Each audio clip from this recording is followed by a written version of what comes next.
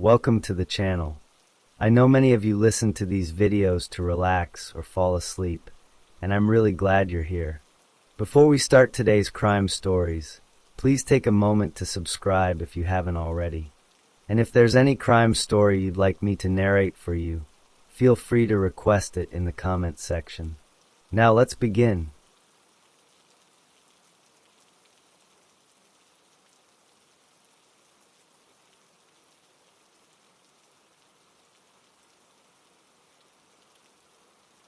Story 1. Ricardo Silvio Caputo was born in 1949 in Mendoza, a city at the foot of the Andes Mountains in Argentina. His family lived in a small, single-story house on a quiet street. His father worked as a clerk for a local wine company, a job that required him to wear a suit and tie, but did not pay very much money.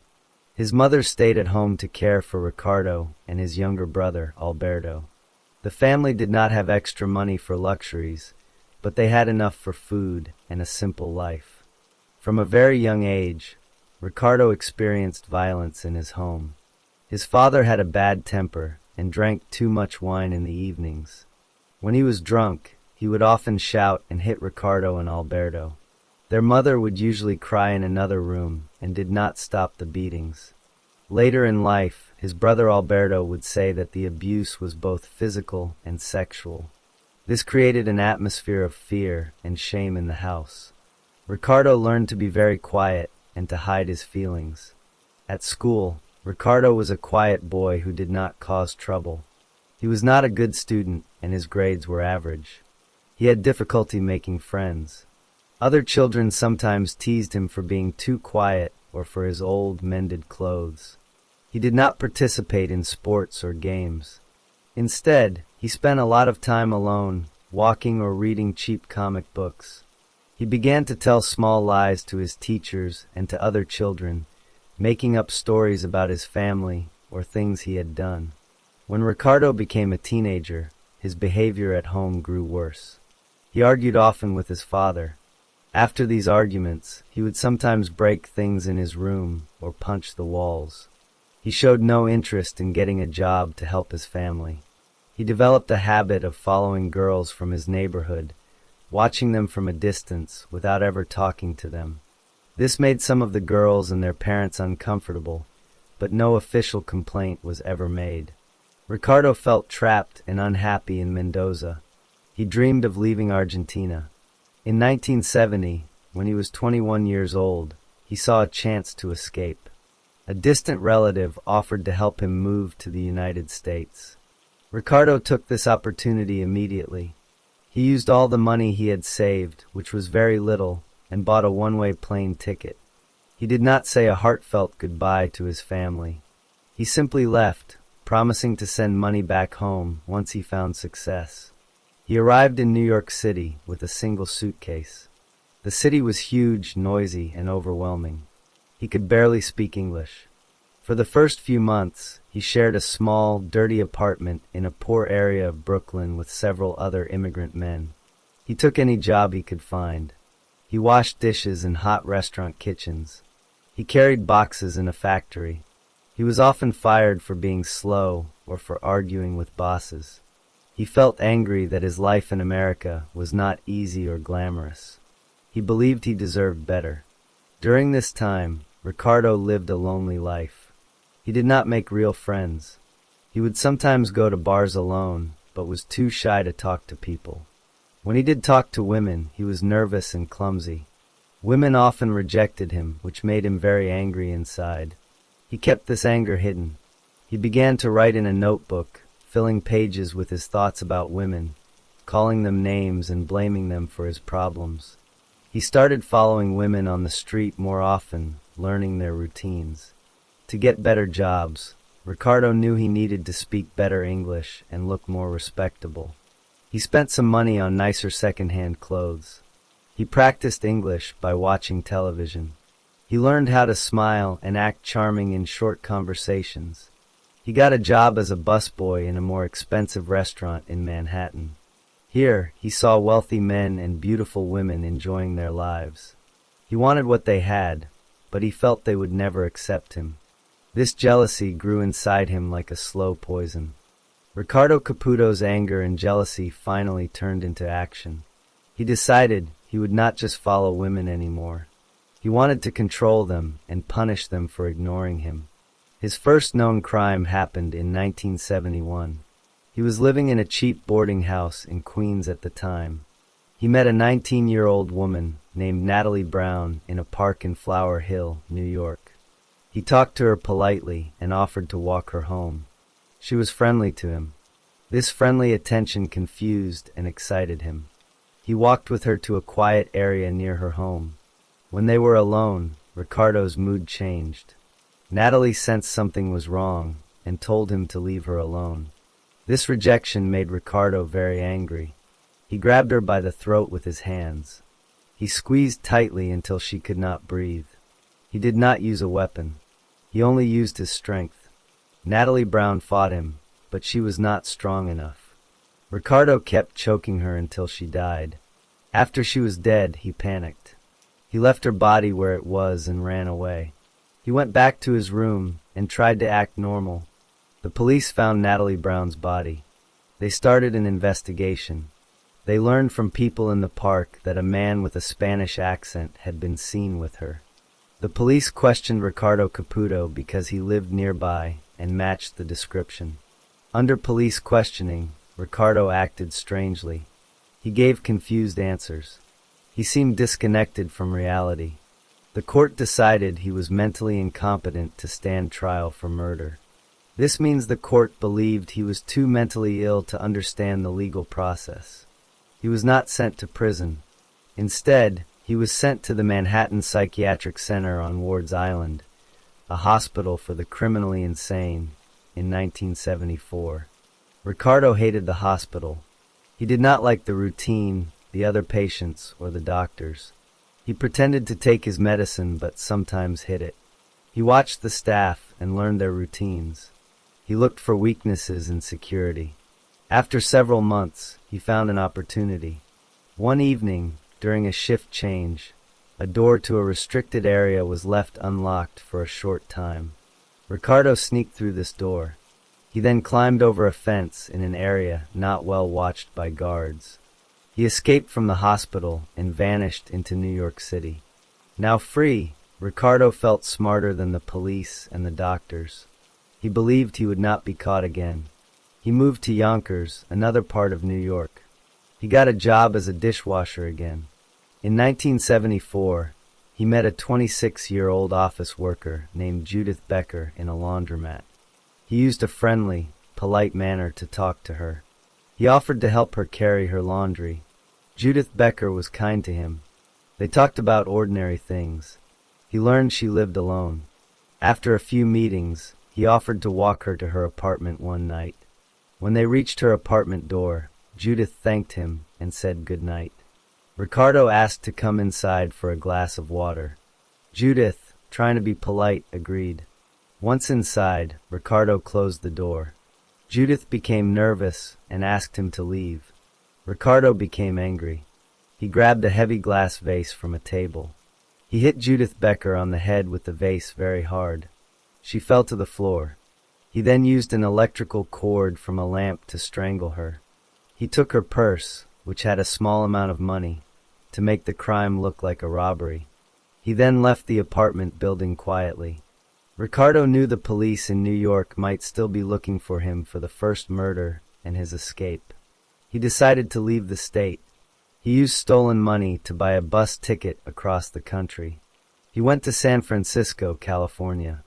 The city was full of young people living freely. This made Ricardo angry. He thought these women were disrespectful. In 1975, he met a 28-year-old woman named Barbara and Taylor at a free music concert in a park. Barbara was friendly and outgoing. She talked to many people. Ricardo spoke to her and lied about his life, saying he was a writer from Argentina. They agreed to meet for coffee the next day. They met at a small cafe. After coffee, Barbara said she was going to walk by the bay to watch the sunset. Ricardo asked to join her. She agreed.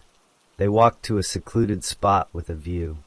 As they stood there, Ricardo put his arm around her shoulders. Barbara removed his arm and told him she was not interested in him that way. She started to walk away. Ricardo ran after her. He pushed her to the ground. He took a rock and hit her in the face many times. He then strangled her with his hands. He left her body in the bushes by the water. Ricardo left San Francisco quickly. He traveled south into Mexico. He stayed in Mexico City. He felt safer in a foreign country. In 1977, he met a local woman named Laura Gomez in a market. Laura was a waitress. Ricardo pretended to be a tourist who needed help seeing the city. Laura was a kind person and offered to show him some famous places. They spent an afternoon together. At the end of the day, Ricardo insisted on walking her home to thank her. When they reached a quiet street near her house, he attacked her. This time, he used a knife he had bought earlier that day. He stabbed Laura Gomez multiple times. She died on the sidewalk. Ricardo disappeared into the city. After this, Ricardo Caputo stopped killing for many years, or at least he was not linked to any more murders. He moved frequently between the United States and Mexico. He worked in restaurants as a cook or dishwasher. He learned to control his anger in public. He became very careful. He chose victims who had no connection to him, in different cities, and used different methods. He believed this would prevent the police from connecting the crimes to one man. He lived a quiet, unnoticed life, hiding in plain sight. For many years, the murders in New York, San Francisco, and Mexico City remained unsolved. The police in each city had few leads. They did not connect the crimes to one another because they happened in different countries and states, and the methods seemed different. Ricardo Caputo lived quietly, often using false names. He eventually settled in Los Angeles in the early 1980s. He got a job as a kitchen helper in a restaurant. He worked there for a short time and kept to himself. In 1981, a 23-year-old chef named Devin Green was murdered in Los Angeles. Her death was investigated, but no strong suspect was found. The case grew cold, meaning the police had no new clues to follow. Years later, in 1994, a woman who had also worked at that restaurant was watching a television show about unsolved crimes. The show featured a segment on Ricardo Caputo, discussing his suspected crimes and showing his photograph. The former co-worker immediately recognized the man in the photo.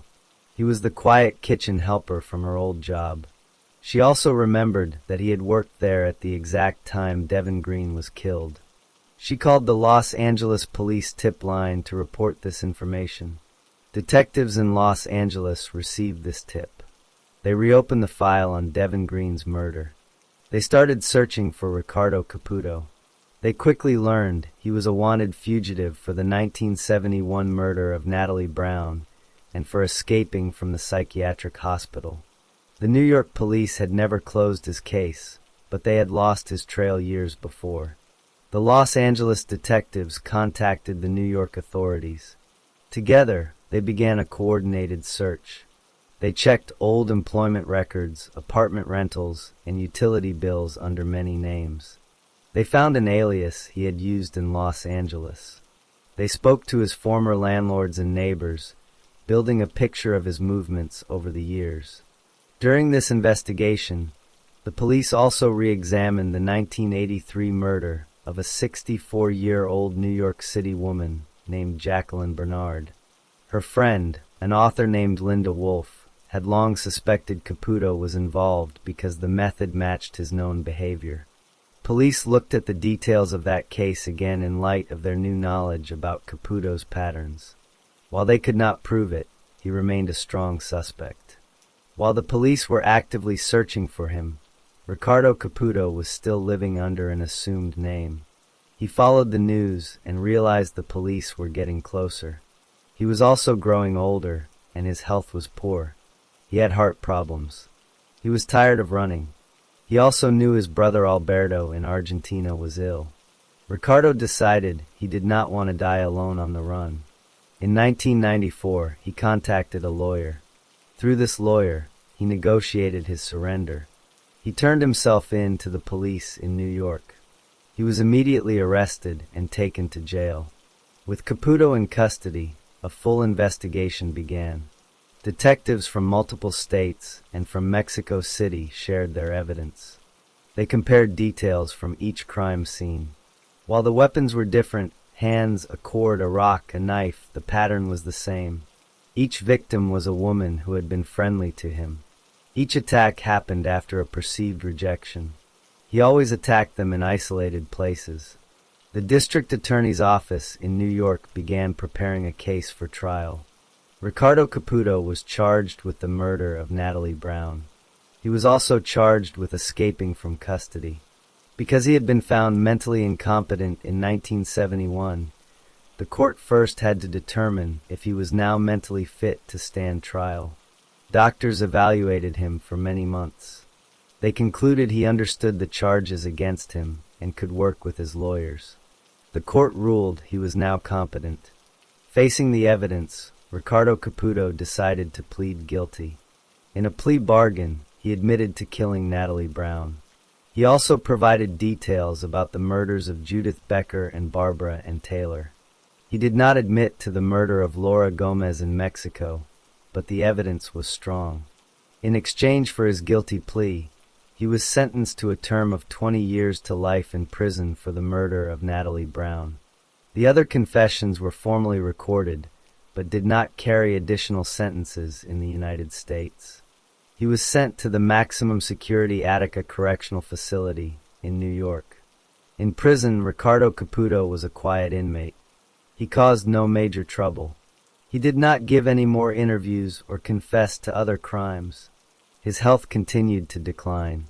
On October 1st, 1997, at the age of 48, he was in his prison cell when he suffered a sudden and fatal heart attack. Guards found him unresponsive. Prison medical staff attempted to revive him, but they were not successful. He was pronounced dead at the prison. The families of the victims received some closure from his arrest and guilty plea, but his death in prison meant there would be no further answers. The cases of Devin Green and Jacqueline Bernard remain officially unsolved, though investigators still believe Caputo was responsible. The story of his crimes ended with his death in a prison cell.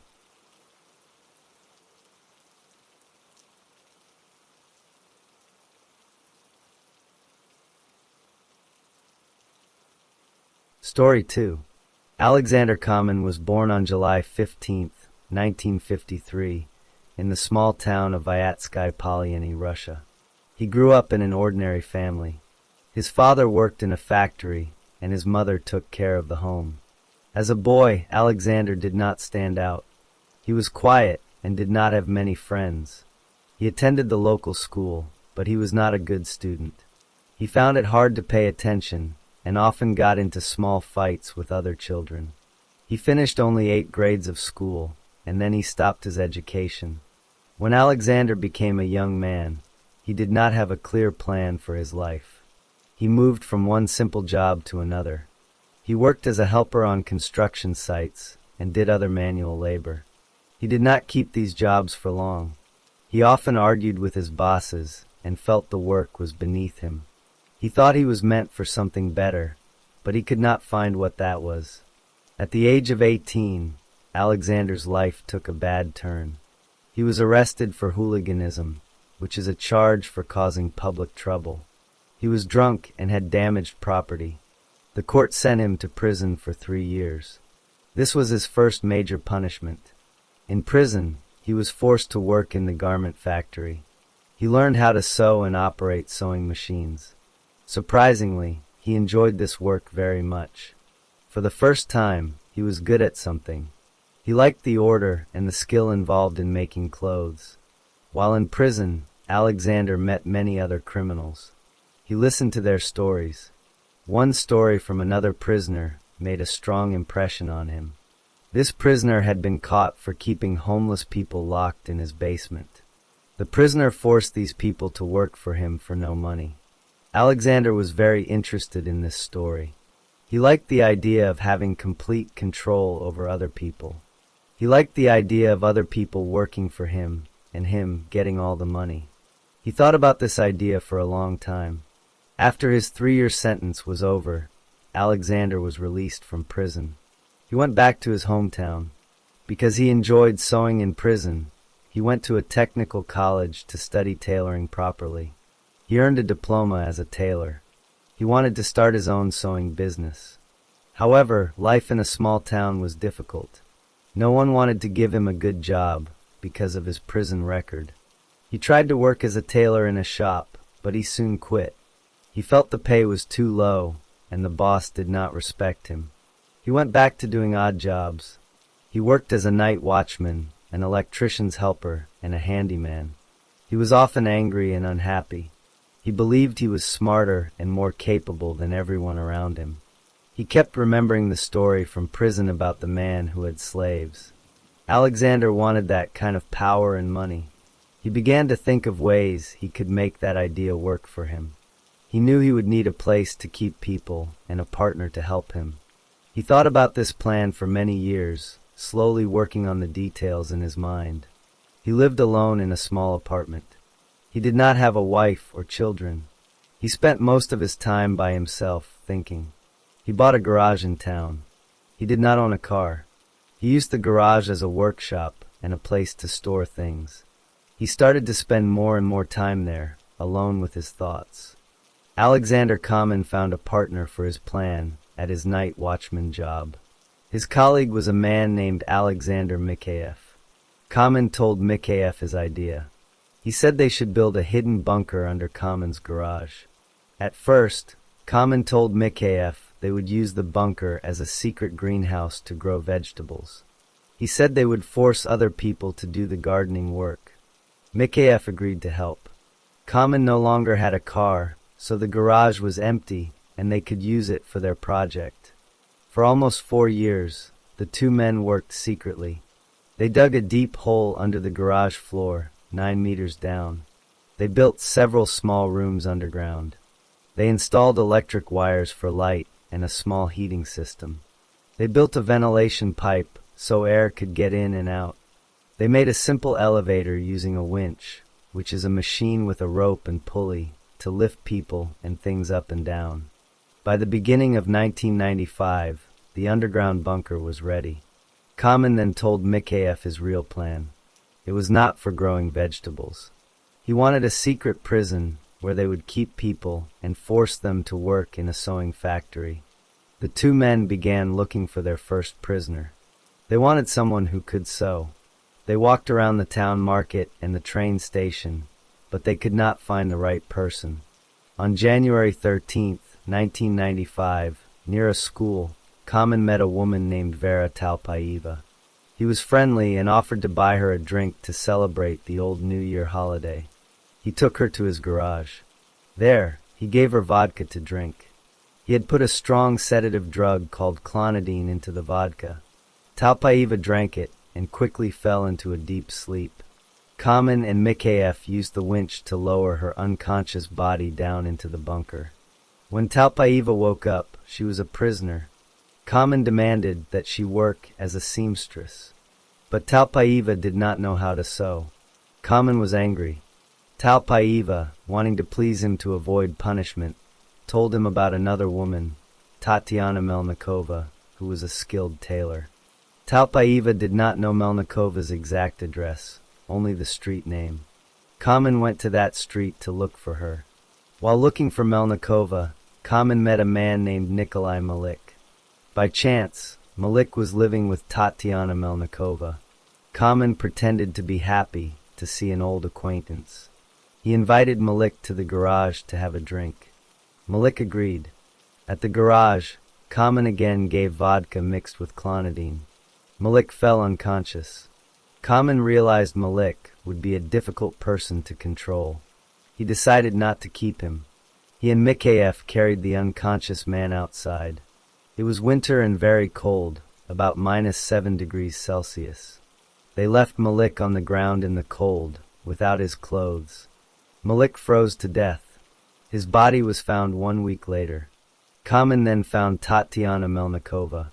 He used the same method. He offered her a friendly drink, drugged her, and took her to the bunker. Melnikova knew how to sew. Kamen set up sewing machines. He forced Melnikova to sew robes and shorts. He would take these clothes and sell them at the local market. The money he kept for himself. Kamen decided the bunker needed more work to be finished.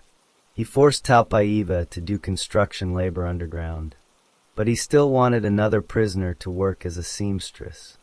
On March 21st, 1995, Kamen and Mikhaev met a man named Yevgeny Shishev at a shop. Shishev was a strong man who had problems with alcohol. They offered him free vodka. He went with them to the garage, was drugged, and became a prisoner. Kamen learned Shishev was an electrician. This made Kamen nervous. He was afraid Shishev would understand the bunker's electrical system and find a way to escape or cut the power. Kamen decided to kill Shishev. He built a simple electric chair. He wrapped bare wires around Shishev's hands and feet. He connected the wires to the electrical outlet. He then ordered Talpaiva and Melnikova to each press a switch at the same time. The electricity killed Shishev. Kamen and Mikhaev used the winch to lift the body out. They took it to a forest and buried it.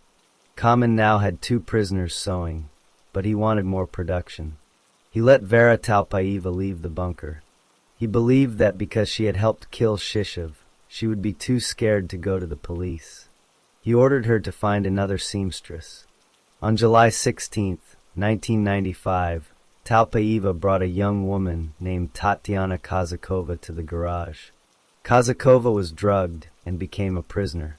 Melnikova taught Kazakova how to sew. Now 3 women were forced to work. The prisoners had to work 16 hours every day. Kamen demanded they make a very high number of clothes each day. The conditions were very bad. There was little food and no freedom. Melnikova and Kazakova made a plan to escape. One day, when Kamen was in the bunker, they managed to lock him in a small room by jamming the door with a frying pan. But they could not get out of the bunker itself because the ladder was electrified. Kamen broke out of the room. He was very angry. As punishment, he told the women he would either cut their mouths open to their ears or brand their faces with the word RAB, which means slave in Russian. The women chose the branding. Kamen used a hot metal tool to burn the letters onto their faces. After this, security became stricter. When Kamen entered the garage, he would flash a light. The prisoners then had to put metal collars around their necks, attach chains to their ankles, and place the keys to these locks on a table where Kamen could see them. Talpaiva did not return. Kamen thought she had left town. He started looking for a new prisoner himself. At the train station, he met a 27-year-old homeless woman named Tatiana Nazimova. He offered her food and a place to sleep. She agreed to go with him. He drugged her and put her in the bunker. However, Nazimova was mentally and physically ill. She could not work as a seamstress. Kamen and Mikhaev kept her as a prisoner for a year, but she was a burden. Kamen decided to kill her. He stopped giving her food for several days. Then he forced her to drink brake fluid from a car, which is poisonous. She died. Kamen put Nazimova's body on a sled. He tried to take it to the city morgue to leave it outside, but a person walking nearby saw him. Kamen got scared. He dropped the body in the street and ran away. During all this time, Kamen lived a normal life in his apartment with a girlfriend. He visited the garage every day, but his girlfriend and neighbors did not know what was happening there. He was officially registered as unemployed and collected money from the government. He sold the clothes made by the prisoners. He even forced the women to sew special robes for priests and to weave a large coat of arms of Russia, which he tried to sell to the town council and the police, but they refused to buy it.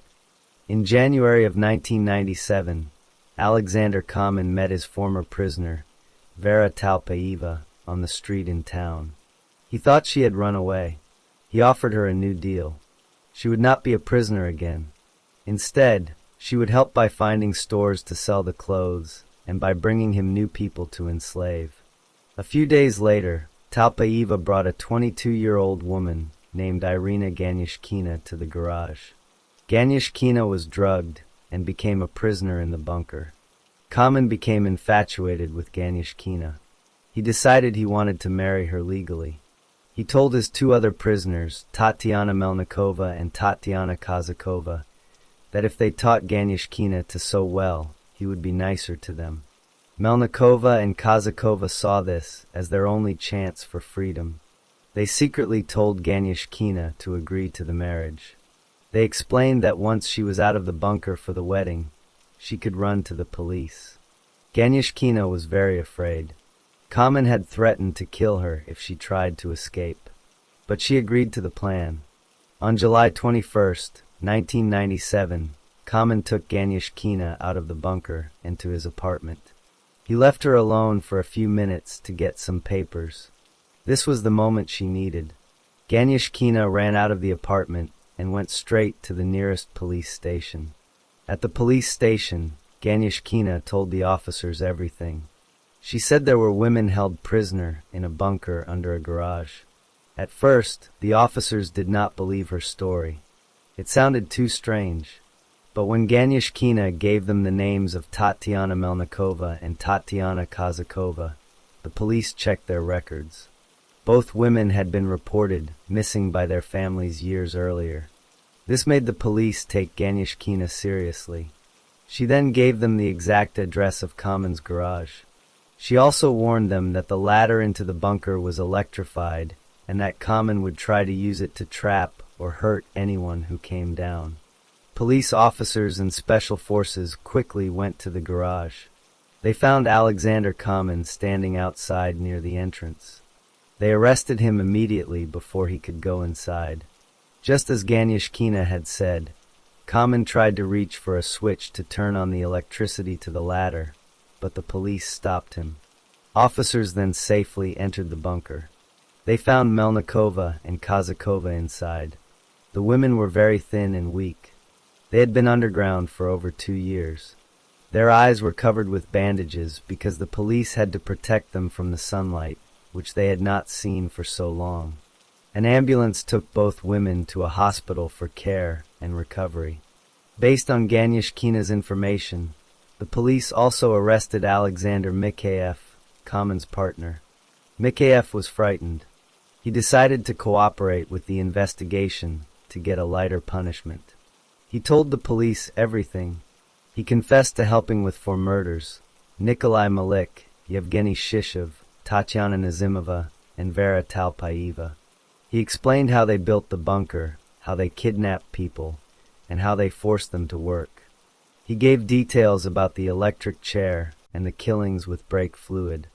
He also admitted to the illegal imprisonment of Melnikova, Kazakova, and Ganyashkina. The police investigation gathered a lot of evidence. They found the sewing machines, the chains and collars, and the branding tool in the bunker. They dug up the remains of Shishev in the forest, based on Mikhaev's directions. The story shocked the entire town and the country. News reports called Alexander Kamen the slaveholder. The trial began at the Kirov Regional Court in 1999. The court heard many days of testimony from the survivors, from Mikhaev, and from experts. Alexander Kamen did not show regret. He argued that the women were his workers and not slaves. The court did not believe him. The evidence was very strong. The judge found Alexander Kamen guilty of multiple murders, kidnapping, illegal imprisonment, forced labor, and running a criminal enterprise. He was sentenced to life in prison. Because of his cooperation, Alexander Mikhaev received a shorter sentence of 20 years in prison. After the judge announced the sentence, Alexander Kamen was taken to a holding cell in the courthouse. He was alone in the cell. He used a sharp piece of metal that he had hidden. He cut a deep wound into his own femoral artery in his leg. This artery carries a lot of blood. The guards found him very quickly, but he had lost too much blood. Alexander Kamen died in his cell on June 15, 1999. The surviving victims, Melnikova, Kazakova, and Ganyashkina, received medical and psychological help and tried to rebuild their lives after their terrible ordeal.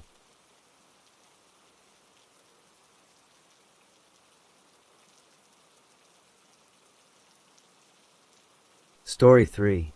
Margie Velma Bullard was born on October 29, 1932, in a small town called Eastover, North Carolina. Her family was very poor and lived on a farm. Life was hard from the beginning. Her father was a strict and angry man. He often hit his wife and his children. Velma's mother saw this violence but never tried to stop it. She was quiet and did not protect her children. This made Velma feel scared and unsafe in her own home. Velma wanted to escape her family life. In 1949, when she was only 16 years old, she married a man named Thomas Burke. Getting married seemed like the best way to leave her parents' house. Velma and Thomas moved into their own home. For a while they were happy. They had 2 children together, a boy and a girl. Thomas worked and supported the family. Then, Velma had several health problems. She had surgery called a hysterectomy. After this surgery, she also developed serious back pain. The pain was constant. Doctors gave her strong prescription pills to help with the pain. Velma began to take these pills often. Over time, she needed more pills to feel the same effect. She started to rely on them every day. This was the beginning of her addiction to prescription drugs. While Velma was dealing with her pain and pills, her husband Thomas started to drink alcohol heavily. He was an alcoholic.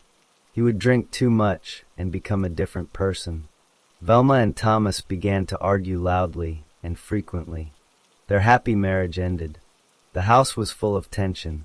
The children heard the fights. On April 4, 1969, Thomas had been drinking heavily.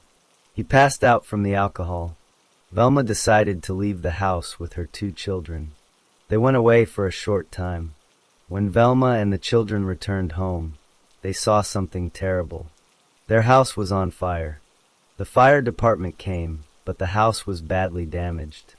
Inside, they found Thomas Burke dead. He had died in the fire. It was a tragic event. There was an investigation, but the fire was ruled an accident. No one was charged with a crime. In 1970, Velma married again. Her new husband was a widower named Jennings Barfield. This marriage did not last long. Less than a year later, on March 22, 1971, Jennings Barfield died suddenly. Doctors said he died from heart problems. Velma was his wife, so she inherited some money from him. After being widowed twice, Velma had money problems. She had developed a very expensive habit because she was addicted to her prescription pills. In 1975, she was caught writing bad checks. A bad check is when you write a check for money you do not have in the bank. She was convicted for this crime. The court sentenced her to 6 months in prison. She only served 3 months before being released. When she got out, she needed a job and a place to live. She decided to work as a live-in caretaker for elderly people. This job provided her with a room and a small salary. Her first job like this was with an elderly couple named Montgomery and Dolly Edwards in 1976. Velma Barfield began working as a live-in caretaker for Montgomery and Dolly Edwards in Lumberton, North Carolina, in 1976. Her job was to cook, clean, and help them with daily tasks because they were old and frail. Soon after she started, Montgomery Edwards became very sick. He had bad stomach pains, vomiting, and diarrhea. He died on January 29, 1977. Everyone, including the doctor, believed he died from a natural illness due to his old age. A little over a month later, in early March, Dolly Edwards also got sick. She had the same symptoms as her husband: severe stomach cramps, constant vomiting, and diarrhea. Velma acted as the caring nurse. She was the one who prepared Dolly's food and tea. Dolly Edwards died on March 1, 1977. Again, her death was not considered suspicious. Velma helped arrange the funeral. As the caretaker, she was left alone in the house after Dolly died. During this time, she stole personal checks from the Edwards checkbook. Velma needed money to support her addiction to prescription pills. Using the stolen checks, she began to forge Dolly Edwards' signature. She wrote these bad checks to buy her pills and other things. She did this several times without getting caught immediately. Later in 1977, Velma took another caretaking job. This time she worked for an elderly woman named Record Lee, who had broken her leg. Velma moved into Mrs. Lee's home. Record Lee's husband, John Henry Lee, also lived there. On June 4, 1977, John Henry Lee suddenly became ill. His symptoms were identical to those of Montgomery and Dolly Edwards: terrible stomach and chest pains, vomiting, and diarrhea. He died very quickly. His death was also attributed to a heart problem because he was elderly. After John Henry Lee's death, Velma continued to care for Record Lee. She also continued to write bad checks. She had developed a method. She would steal checkbooks from the people she worked for or from their relatives. She would then forge their signatures to write checks to herself or to pay for her drugs. She did this to get more prescription pills, which she was taking in very large amounts every day. In 1978, Velma was dating a man named Stuart Taylor. He was a relative of Dolly Edwards. Stuart Taylor was a kind man, and he trusted Velma. He sometimes gave her money to help her out, but Velma was also stealing from him. She had taken some of his personal checks and forged his signature to get money for her drugs.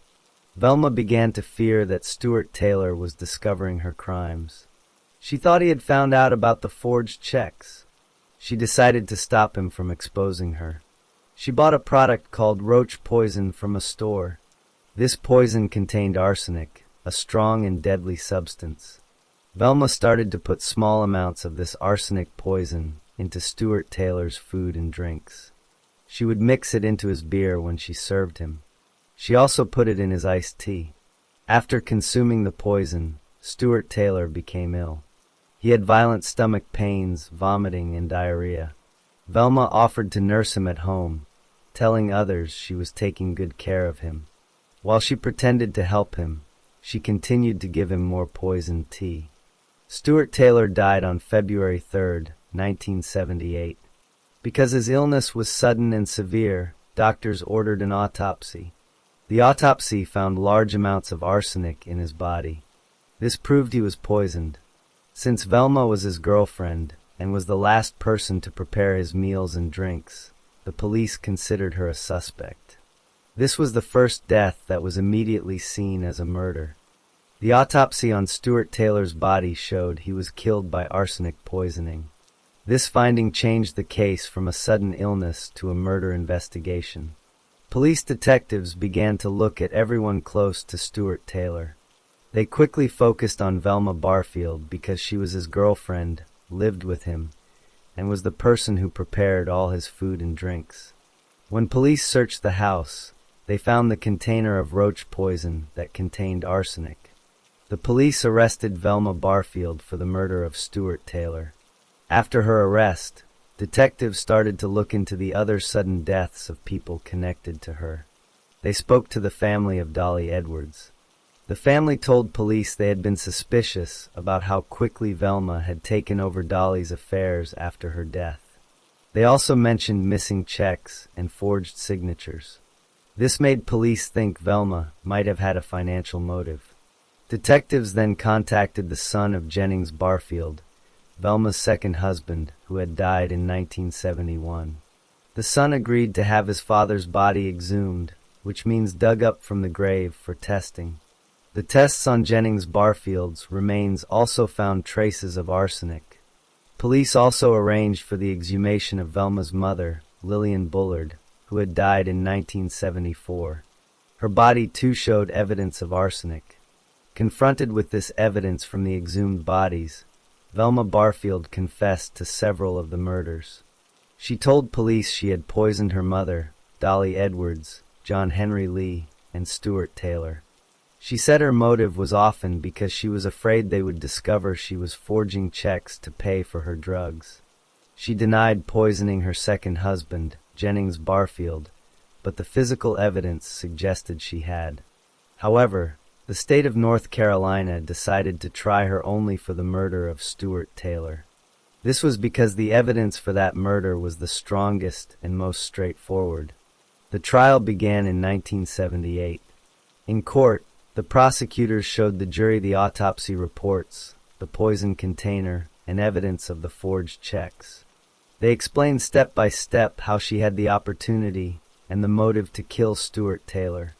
Velma Barfield's defense lawyers did not deny she committed the murder. Instead, they argued that she was not guilty by reason of insanity. They said her long-term addiction to prescription drugs had damaged her mind, and she could not tell right from wrong. To support this, a psychiatrist testified that Velma had multiple personalities, a condition called dissociative identity disorder. The psychiatrist said a different personality named Billy was responsible for the killings. The judge and the jury did not believe this defense. The jury found Velma Barfield guilty of first-degree murder in the death of Stuart Taylor. The sentence for this crime was death. At that time, North Carolina used execution by lethal injection. She was sent to the women's prison in Raleigh to wait for her execution. Velma Barfield spent 6 years on death row. During that time, she became a very dedicated Christian. She spent her days reading the Bible, praying, and counseling other prisoners. She was said to be genuinely remorseful. Some famous religious leaders, like Billy Graham, spoke kindly of her change. Her lawyers used her religious conversion and the testimony of the psychiatrist to appeal her sentence, asking for it to be changed to life in prison. All appeals were denied. In 1984, the court set her execution date for November 2nd. Velma decided to stop all further legal appeals. She said she wanted to accept her punishment and die with dignity. On the day of her execution, she was given a last meal of cheese doodles and Coca-Cola. Before the lethal injection was administered, she apologized to the families of her victims. She also asked for her organs to be donated for medical transplants. After her death, some of her tissue, including her corneas, were used for donations. She was buried in a cemetery near her first husband, Thomas Burke. Velma Barfield was the first woman executed in the United States after the death penalty was reinstated in 1976.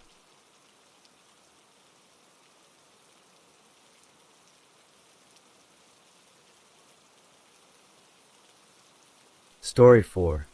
Brian David Mitchell was born on October 18, 1953, in Salt Lake City, Utah. He was the third child in a family of 6 children. His family was very involved in the Church of Jesus Christ of Latter-day Saints. His mother was a school teacher. His father was a social worker. His father had unusual ways of teaching his son. To teach Brian about sex, his father showed him explicit pictures from a medical book when Brian was a teenager. To teach him about independence, his father would sometimes drive Brian to a strange part of the city, leave him there, and make him find his own way back home. When Brian Mitchell was 16 years old, he exposed himself to a young child. Because of this, he was sent to a juvenile detention center. At age 19, he married a 16-year-old woman named Karen Miner. They had 2 children together. The marriage did not last, and they divorced.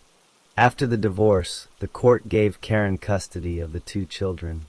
Mitchell did not accept this. He took the children and moved with them to New Hampshire without permission. He lived there for 2 years.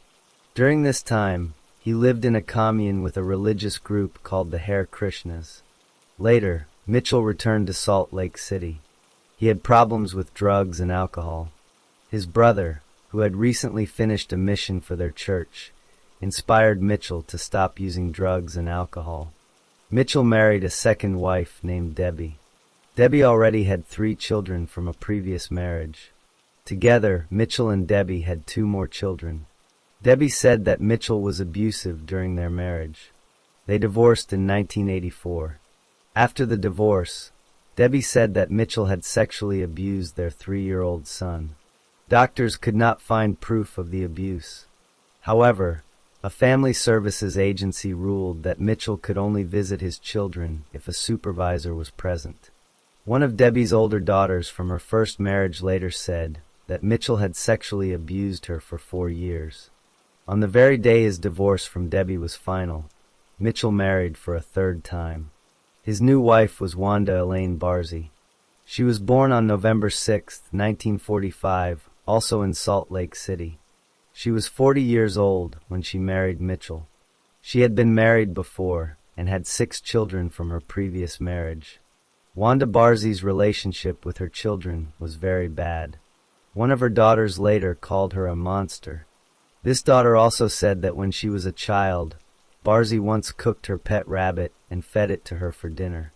After getting married, Mitchell and Barzee became very active in their church. However, Mitchell began to develop unusual religious ideas. He started calling himself Emmanuel David Isaiah. He said he was a prophet of God who received visions from God.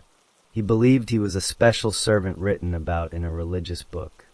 Because of these extreme beliefs and actions, the church removed Mitchell and Barzee from its membership in June 2002.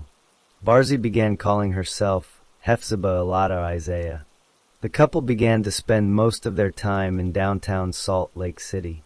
They would ask people for money and preach their religious beliefs on the street. Mitchell changed his appearance to look like common pictures of Jesus Christ. He wore long, white robes and tunics. He grew a long beard and let his hair grow long. Mitchell and Barzee lived a nomadic life, often camping in the foothills near Salt Lake City. They spent their days in the city center, asking for money.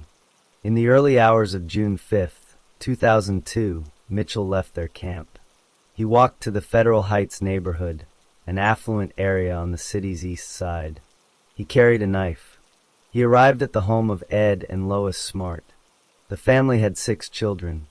Mitchell had done day work at this house about 7 months earlier, fixing the roof and raking leaves. He knew the layout. Using his knife, he cut through a screen on a window at the back of the house. He climbed into the basement. He walked up the stairs to the main floor, and then to the second floor where the bedrooms were. He entered a bedroom shared by 2 sisters, 14-year-old Elizabeth and 9-year-old Mary Catherine. Mary Catherine woke up when she heard a strange voice. She saw a man in dark clothing standing by her sister's bed. She heard him tell Elizabeth he had a knife. She heard Elizabeth say, "Ouch," after stubbing her toe. The man told her to be quiet. Mary Catherine was afraid, so she closed her eyes and pretended to be asleep.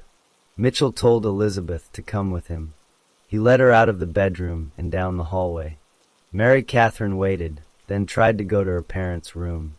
She saw Mitchell and Elizabeth still in the hallway near her brother's room, so she hid again.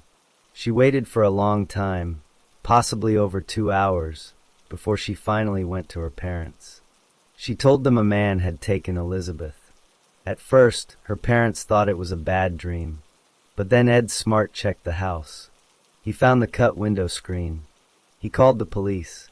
Mitchell forced Elizabeth to walk 4 miles from her home into Dry Creek Canyon in the Wasatch foothills. She was wearing only her red silk pajamas. They arrived at a hidden camp where Wanda Barzee was waiting. Barzee told Elizabeth to change out of her pajamas and into a white, robe-like garment. When Elizabeth refused, Barzee said Mitchell would rip her clothes off. Elizabeth put the robe on. Mitchell then performed a ceremony he said was a marriage. After this ceremony, he raped Elizabeth Smart. He told her she was now his wife. He said he was a prophet and that she was blessed to be with him. He said he was a Davidic king who would fight the Antichrist. He told Elizabeth she would be the first of several wives he would take. To keep Elizabeth from escaping, Mitchell used a long metal cable. He put one end around her ankle and fastened it with a lock. The other end was tied around a tree. This gave her enough length to move around the small camp, but not enough to leave. Sometimes they would hide her in a hole in the ground covered by a piece of plywood. Mitchell and Barzee regularly told Elizabeth they would kill her and her family if she tried to run away or call for help. Mitchell raped Elizabeth frequently, often multiple times a day. He and Barzy forced her to drink alcohol and take drugs. They said this would make her more obedient. They did not always feed her properly. Sometimes they gave her little food. Sometimes they fed her food scraps or garbage. Mitchell also forced her to look at pornographic magazines. Weeks after the kidnapping, Mitchell decided they needed to leave the canyon camp. He, Barzy, and Elizabeth began to go into public places in Salt Lake City. Elizabeth was always disguised. She wore a loose, gray dress, a veil, and a white headscarf that covered most of her face. In August 2002, they went to the Salt Lake City Public Library. A woman in the library thought their clothing was strange. She looked closely at Elizabeth's eyes and thought she seemed scared. The woman called the police. A police detective came to the library and talked to Mitchell. Mitchell said the veiled girl was his daughter, Augustine Marshall. He said their religion required women to wear veils and not to speak in public. Barzy and Elizabeth remained silent. The detective accepted this explanation and left. Elizabeth later said she felt hope leave when the detective walked away. In September 2002, the three left Utah. They traveled to San Diego County in California. They lived in crude camps in dry riverbeds near the town of Lakeside. They moved camps several times. On February 12, 2003, Mitchell was arrested in the city of El Cajon, California, for breaking into a church. He gave a false name. He spent a few days in jail, but was not identified as the kidnapper from Utah. He was released. In March 2003, they returned to Utah by bus. They got off in the suburb of Sandy. Elizabeth was still wearing a disguise. Now, she also wore a gray wig and sunglasses over her veil. On the afternoon of March 12, 2003, two different couples driving in Sandy, Utah, saw Brian Mitchell walking with two veiled women. They had seen Mitchell's photograph on the news recently. Both couples called the Sandy City Police Department to report the sighting. Police officers were sent to the area immediately. They found Mitchell, Wanda Barzy, and Elizabeth Smart, who was wearing a gray wig, sunglasses, and a veil. The officers stopped them and asked questions. Mitchell gave false names for all of them. He said Elizabeth was his daughter, Augustine Marshall. The officers were suspicious because of the news reports. They separated Elizabeth from Mitchell and Barzy. They asked her directly if she was Elizabeth Smart. At first, she said she was Augustine Marshall. The officers asked again. She finally replied, "Thou sayest," which was a biblical way of saying yes. One of the officers then removed her wig and veil. They recognized her as Elizabeth Smart. She was rescued 9 months after her kidnapping. Mitchell and Barzy were arrested at the scene. Elizabeth was taken to a police station. Her parents were called, and they rushed to see her. The family was reunited. At the police station, Elizabeth gave a statement about what had happened. She explained the kidnapping, the camps, the constant rapes, and the threats. Medical examinations were done to collect evidence. Mitchell and Barzy were booked into jail. They were charged with aggravated kidnapping, aggravated sexual assault, and aggravated burglary. The legal process was long. Wanda Barzi's case moved first. Doctors said she was mentally incompetent to stand trial. A judge ordered that she could be given medication against her will to make her competent. After she was medicated, she pleaded guilty to state and federal charges. In November 2009, she was sentenced to 15 years in prison. Brian Mitchell's case was more complicated. He also claimed to be mentally incompetent. He would sing hymns loudly in court and refused to cooperate. The court ordered many mental health evaluations. Different doctors had different opinions. Some doctors said Mitchell was faking mental illness to avoid trial. They diagnosed him with antisocial personality disorder and said he was a manipulative person. Other doctors said he had a fixed delusional disorder. For years, Judges ruled he was not competent to stand trial. In 2008, his case was moved from state court to federal court. This was because he had taken Elizabeth across state lines to California, which is a federal crime. After more hearings, a federal judge ruled in March 2010 that Mitchell was competent to stand trial. His trial finally began in November 2010. At the trial, Mitchell's lawyers did not deny he had committed the crimes. Instead, they argued he was legally insane at the time. They said his religious delusions prevented him from knowing his actions were wrong. The prosecution argued that Mitchell was a cunning predator who used religion as an excuse to commit horrible acts. Elizabeth Smart testified at the trial. She described in detail the abuse she suffered. The jury did not accept the insanity defense. On December 10, 2010, they found Brian David Mitchell guilty of kidnapping and transporting a minor across state lines for the purpose of illegal sexual activity. On May 25, 2011, a judge sentenced him to life in prison without the possibility of parole. He was sent to a high-security federal prison in Terre Haute, Indiana.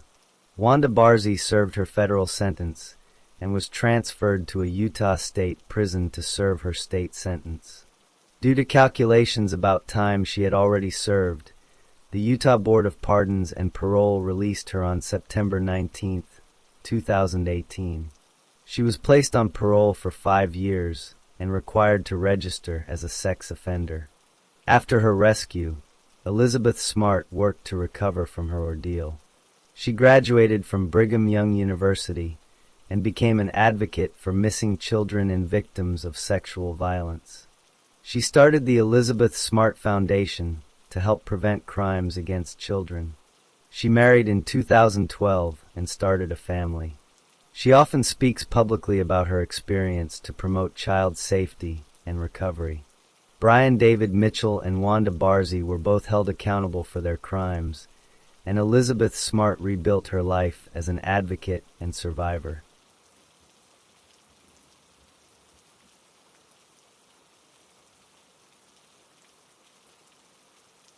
Story 5.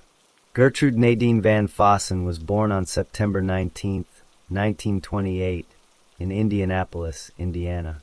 Her family was working class. She had 5 brothers and sisters. When Gertrude was 11 years old, she saw her father die from a sudden heart attack. This was a traumatic event in her childhood. Gertrude dropped out of high school at the age of 16. She did this to get married. Her first husband was a man named John Banaszewski. She was 16 and he was 18. Over the next 10 years, Gertrude and John had 4 children together. Their marriage was not happy. John had a bad temper and sometimes hit Gertrude.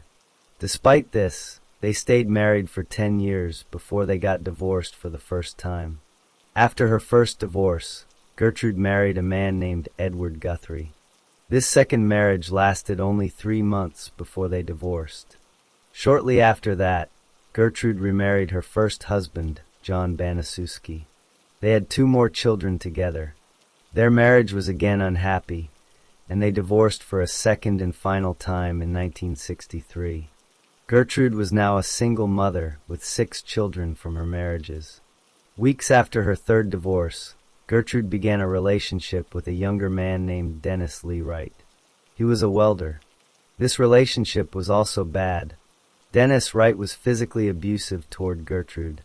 She became pregnant and had a son with him in May of 1964. Shortly after the baby was born, Dennis Wright left her. He provided very little money to help support their child. By 1965, Gertrude Banaszewski was 36 years old and lived alone with her 7 children. Their ages ranged from 17 years old down to 1 year old. She was very thin for her height and had health problems including asthma. She smoked cigarettes heavily. The stress of her failed marriages, the failed relationship with Dennis Wright, and a recent miscarriage led to deep depression. Gertrude had very little money. She relied on sporadic payments from her first husband, who was a former policeman. To earn extra money, She sometimes did small jobs for neighbors, like sewing or cleaning. She rented a house on East New York Street in Indianapolis. The rent was low, but it was still difficult for her to pay for everything her family needed. Her older children sometimes brought friends home from school. Gertrude knew she could earn more regular money by taking in boarders, which meant caring for other people's children for a weekly fee. This seemed like a practical solution to her constant money problems. In July 1965, a man named Lester Likens needed a place for his 2 teenage daughters to live. He was a carnival worker and was traveling for work. His wife was also unable to care for them. Gertrude Banaszewski agreed to board the 2 girls, Sylvia, who was 16, and Jenny, who was 15, for a weekly fee of $20. The girls moved into the house on East New York Street. Lester Likens promised to send the money each week and to return for his daughters in November. For the first 2 weeks, everything was normal. Sylvia and Jenny did household chores and got along with Gertrude's children. They even went to Sunday school together. Then, Lester Likens' payments started to arrive late. Sometimes the money was a day or 2 late. Gertrude became angry about this. She began to take her frustration out on the sisters. She started to beat Sylvia and Jenny on their bare buttocks with a wooden paddle. She would say she had cared for them for a week without payment. By mid-August, the focus of the abuse shifted almost entirely to Sylvia Likens.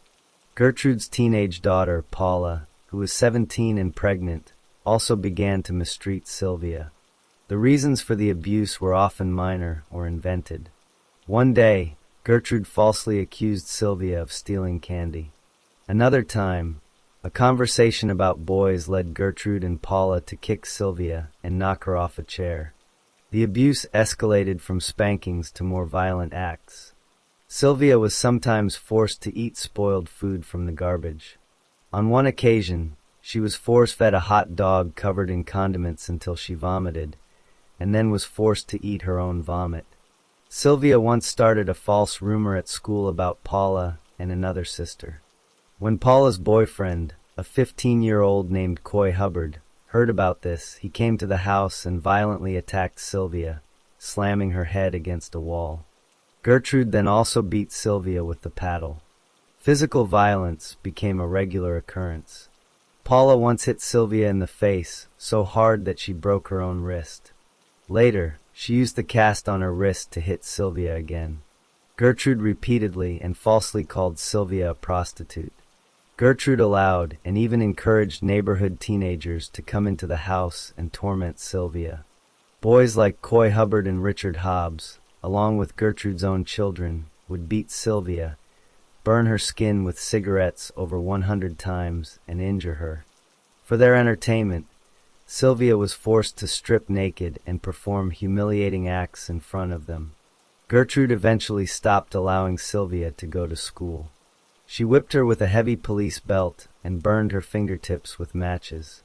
In early October, due to the severe and constant abuse, Sylvia became incontinent, meaning she could not control her bladder. As a punishment for wetting herself, Gertrude locked Sylvia in the basement. She was often tied to the basement stair railing, barely able to touch the floor. She was kept naked, rarely fed, and given little water. Neighborhood children were sometimes charged 5 cents to come into the basement to see her and abuse her. She was scalded with hot water, and salt was rubbed into her wounds. On October 23rd, Gertrude accused Sylvia of branding her own children. In retaliation, Gertrude took a heated needle and began to carve the words, "I'm a prostitute and proud of it," onto Sylvia's stomach. When Gertrude got tired, she instructed one of the neighborhood boys, Richard Hobbs, to finish carving the words. He did so. Later, they also burned the letter S onto her chest with a hot piece of metal. The next day, Gertrude forced a weak and injured Sylvia to write a letter. Gertrude dictated the words. The letter was meant to make it look like Sylvia had run away with a group of boys who had abused her. Gertrude's plan was to then take Sylvia to a nearby forest and leave her there to die. On October 25th, Sylvia overheard this plan and tried to run away. She was too weak and injured to get far. Gertrude caught her. Gertrude and her son then force-fed Sylvia crackers and beat her, focusing on her stomach. A boy named Coy Hubbard hit Sylvia with a curtain rod so hard that she lost consciousness. She was dragged back to the basement. That night, Sylvia screamed and banged on the walls. A neighbor heard the noise but did not call the police. By the morning of October 26th, Sylvia could not speak clearly or move properly. Gertrude tried to give her milk and a donut, but threw her to the floor in anger when Sylvia could not drink. Sylvia was put back in the basement. In the afternoon, some of the teenagers sprayed her with a garden hose. When Sylvia tried to crawl up the stairs, Gertrude stepped on her head. Later, Gertrude's daughter Stephanie and Richard Hobbs found Sylvia in the basement. They gave her a bath and put clean clothes on her. They laid her on a mattress in a bedroom. Sylvia whispered that she wished her daddy was there and asked Stephanie to take her home. Soon after, Stephanie realized Sylvia was not breathing. She tried to give her mouth-to-mouth resuscitation. Gertrude shouted that Sylvia was faking. Sylvia Likens died on the mattress in the afternoon of October 26, 1965. Gertrude initially beat Sylvia's body with a book, yelling at her to wake up. Then she panicked. She told Richard Hobbs to go to a payphone and call the police. When the police arrived, Gertrude showed them Sylvia's body. She handed them the letter she had forced Sylvia to write. She lied, saying Sylvia had run away with boys and returned only that afternoon in a terrible state. She claimed she had been trying to care for her wounds. Jenny Likens, following instructions, initially repeated this false story to the police. Then, she whispered to an officer that if they got her out of the house, she would tell them the truth. After Jenny Likens whispered to the police officer, she was taken away from the house. She then told the police everything that had happened to her sister Sylvia. Based on Jenny's detailed statement, the police arrested Gertrude Banaszewski, her children Paula, John Jr., and Stephanie, and the teenagers Coy Hubbard and Richard Hobbs on the night of October 26th. They were all charged with murder. The younger Banaszewski children were placed in a children's home. The teenagers were held in a juvenile detention center. A medical examiner performed an autopsy on Sylvia Likens' body. The examination revealed she had over 150 separate wounds. Her body was covered in burns, bruises, and deep tissue damage. She was severely malnourished. Her vaginal area was badly injured and swollen. Her lips were shredded from biting them in pain. The official cause of death was a brain hemorrhage from a severe blow to the head. The examiner stated that the extensive skin damage, shock, and starvation all contributed to her death. The police investigation gathered evidence from the basement and the rest of the house. They interviewed other neighborhood children who had participated in or witnessed the abuse. Several of these children, like Randy Lepper and Judy Duke, were also arrested but later released to testify as witnesses. The case caused public outrage in Indianapolis. In April 1966, the trial began for Gertrude Banaszewski, Paula Banaszewski, John Banaszewski Jr., Coy Hubbard, and Richard Hobbs. Jenny Likens was a key witness for the prosecution. She described in court the months of torture Sylvia endured. Other children who had been in the house also testified about the beatings, burns, and the carving on Sylvia's stomach. Medical experts showed photographs of Sylvia's injuries to the jury.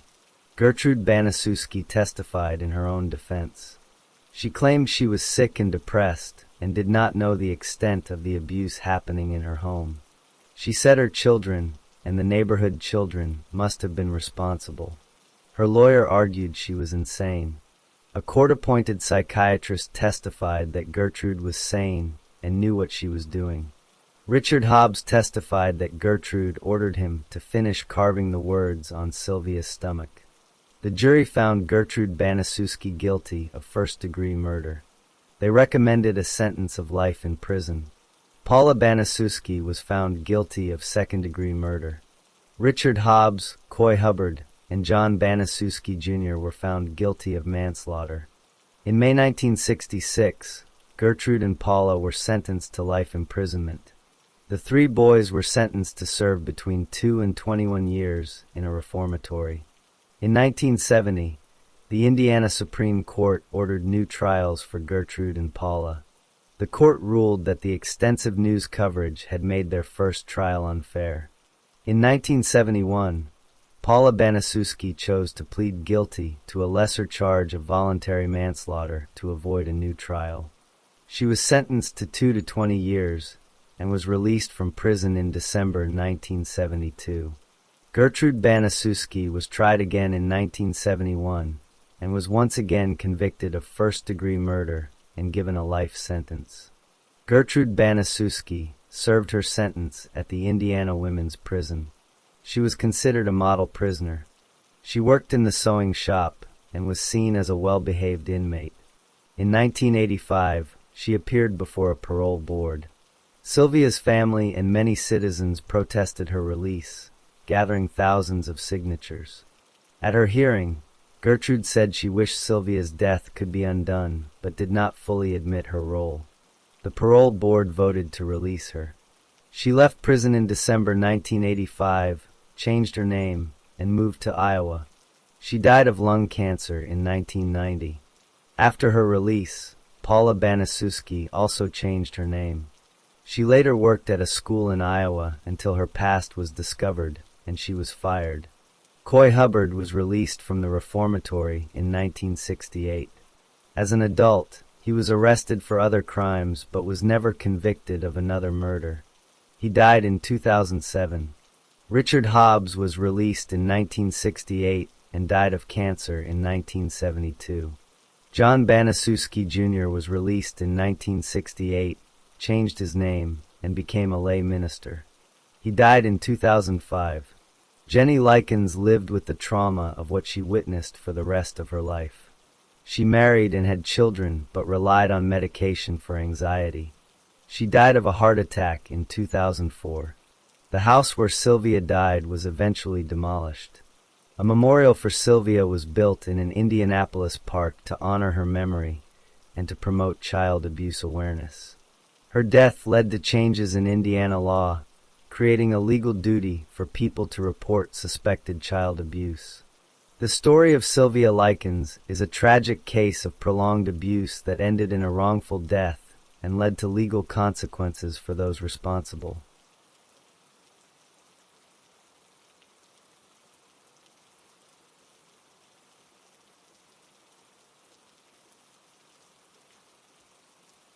Story 6. Junko Furuta was born on January 18, 1971. She grew up in the city of Misato, in Saitama Prefecture, Japan. She lived in a house with her mother, her father, and her 2 brothers. She was the middle child. She had an older brother and a younger brother. Junko attended Yashio Minami High School. She was a senior student in her final year. Her teachers and classmates knew her as a good student. She got high grades in her classes. She almost never missed a day of school. People who knew her said she was kind and cheerful. She had a close group of friends. In her free time, she enjoyed normal teenage activities. She dreamed of one day becoming a famous singer, an idol. In October of 1988, when she was 17 years old, Junko took a part-time job. She wanted to save money. She worked at a factory that made plastic parts. The job was in the evenings after school. She saved her earnings for a special trip she wanted to take with her friends after graduation. She also had plans for her future career. She had already accepted a job offer at an electronics store. She was going to start working there after she finished high school. Junko's life at home was normal. Her family was not rich, but they were not poor. They were an average family. There were no major problems reported at home. She did not get into trouble. She was a responsible daughter and student. Her parents expected her to come home after her part-time job each night. Her social life was also normal. She spent time with her friends from school. They talked about their dreams and their plans for the future. Junko was well-liked. She was not involved with any bad groups or people. She focused on her studies, her job, and her friends. Her behavior gave no signs that anything bad would happen to her. She followed a simple routine: school, work, home. On November 25th, 1988, Junko finished her shift at the plastic factory. It was evening. She got on her bicycle to ride home, following her usual route. This was the last time her family would see her as the person they knew. On the evening of November 25th, 1988, Junko Furuta was riding her bicycle home from work. At the same time, two teenage boys, Hiroshi Miyano and Shinji Minato, were riding motorcycles in the same area. They were looking for a woman to rob and assault. They saw Junko riding alone. Shinji Minato, following Miyano's order, rode his motorcycle close to Junko. He kicked her, making her fall off her bicycle. Then, Minato quickly rode away. Hiroshi Miyano then approached Junko. He acted like a stranger who had just seen the attack. He pretended to be a helpful person. He offered to walk her home to make sure she was safe. Junko, hurt and scared from the fall, accepted his help. Miyano did not take Junko home. Instead, he walked her to a nearby warehouse that was quiet and empty. Once they were there, his manner changed. He told Junko he was a member of the Yakuza, which is a Japanese crime group. He threatened her. He said she must obey his orders or she would be hurt.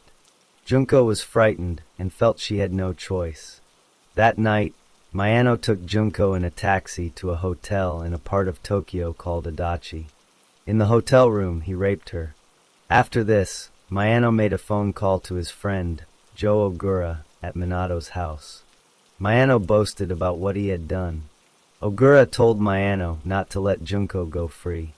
Early in the morning of November 26th, Miyano took Junko to a park. Ogura, Minato, and another friend, Yasushi Watanabe, were waiting there. The four boys surrounded Junko.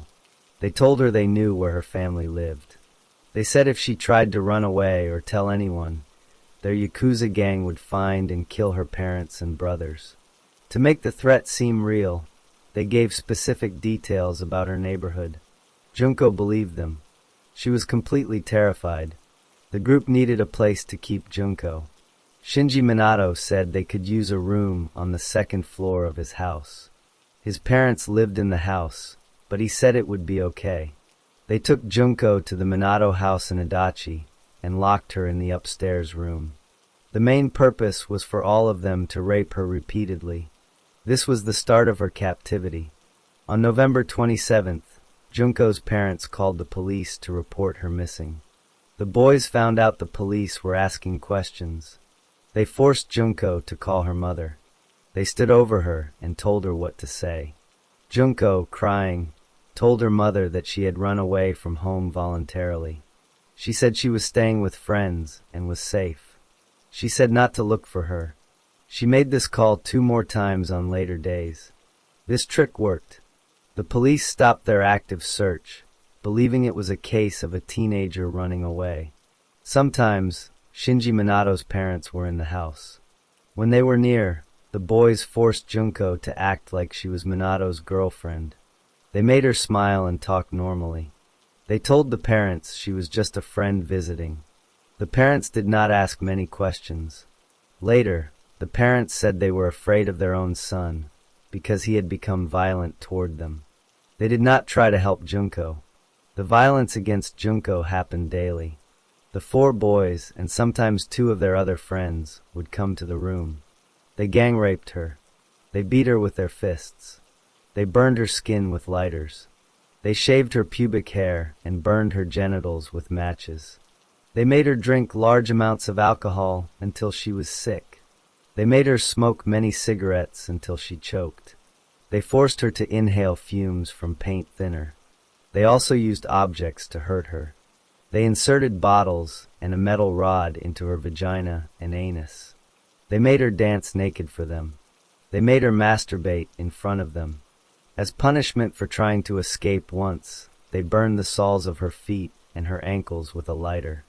They also made her stand on the cold balcony at night without warm clothes. They gave her very little food. At first she got small amounts, but later only milk. She became very thin and weak. The beatings damaged her face. It became swollen and bruised so much that she was hard to recognize. Her wounds became infected and began to smell bad. She was in constant pain. After weeks of this torture, Junko sometimes begged the boys to kill her. She could not endure the suffering anymore. By the end of December, Junko was too weak to walk. She could not go downstairs to the toilet. She had to lie on the floor of the room in her own waste. She was barely conscious. The boys continued to visit to assault her, even in this condition. On the night of January 3rd, 1989, Hiroshi Miyano lost money playing a game called Mahjong. He was very angry. The next morning, January 4th, he went to the room where Junko Furuta was held. He decided to take his anger out on her. Junko was already very weak, lying on the floor. Miyano dripped hot wax from a burning candle onto her face. He put 2 short candles on her eyelids. He forced her to drink her own urine. Then he and the others lifted her and kicked her. She fell against a stereo. After this fall, her body began to shake uncontrollably in convulsions. The attackers covered their hands with plastic bags so they would not get blood on them. They beat Junko with their fists and with a heavy iron exercise bar. They picked up the bar and dropped it onto her stomach many times. Finally, Miyano poured lighter fluid on Junko and set her on fire. She moved weakly to try to stop the flames, but soon she stopped moving completely. The assault lasted about 2 hours. Junko Furuta died at approximately 10 o'clock in the morning. Less than a day later, Shinji Minato's brother came to the room. He saw Junko's body and told Minato she was dead. The group was scared the police would find out. They wrapped her body in a blanket. They put the blanket inside a large travel bag. They then placed the bag into a 55-gallon metal drum. They filled the drum with wet concrete mix to hide the body. On the evening of January 5th, they drove the drum to a vacant lot on Wakasu, a reclaimed island in Tokyo Bay. They left the drum there. The crime might have remained hidden. However, in early 1989, Miyano and Joe Ogura were arrested by the police for a different crime. They were questioned about the kidnapping and gang rape of a 19-year-old woman in December 1988, which was unrelated to Junko. During police interrogation, Miyano became confused.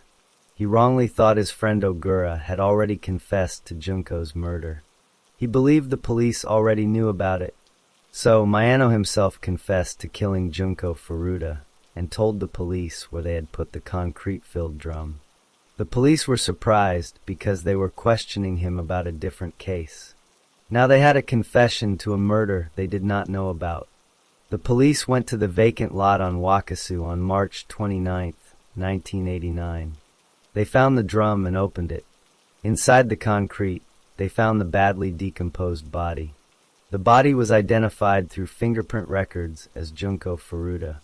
With Miyano's confession and this evidence, the police arrested Shinji Minato, Yasushi Watanabe, and 2 other teenagers who had participated in the assaults. Minato's brother was also arrested for helping dispose of the body. The 4 main attackers, Hiroshi Miyano, Joe Ogura, Shinji Minato, and Yasushi Watanabe, were put on trial. Because they were all under 20 years old, they were treated as juveniles in the legal system. This meant their real names were not supposed to be made public. However, a newspaper published their names, arguing the crime was so terrible the public should know.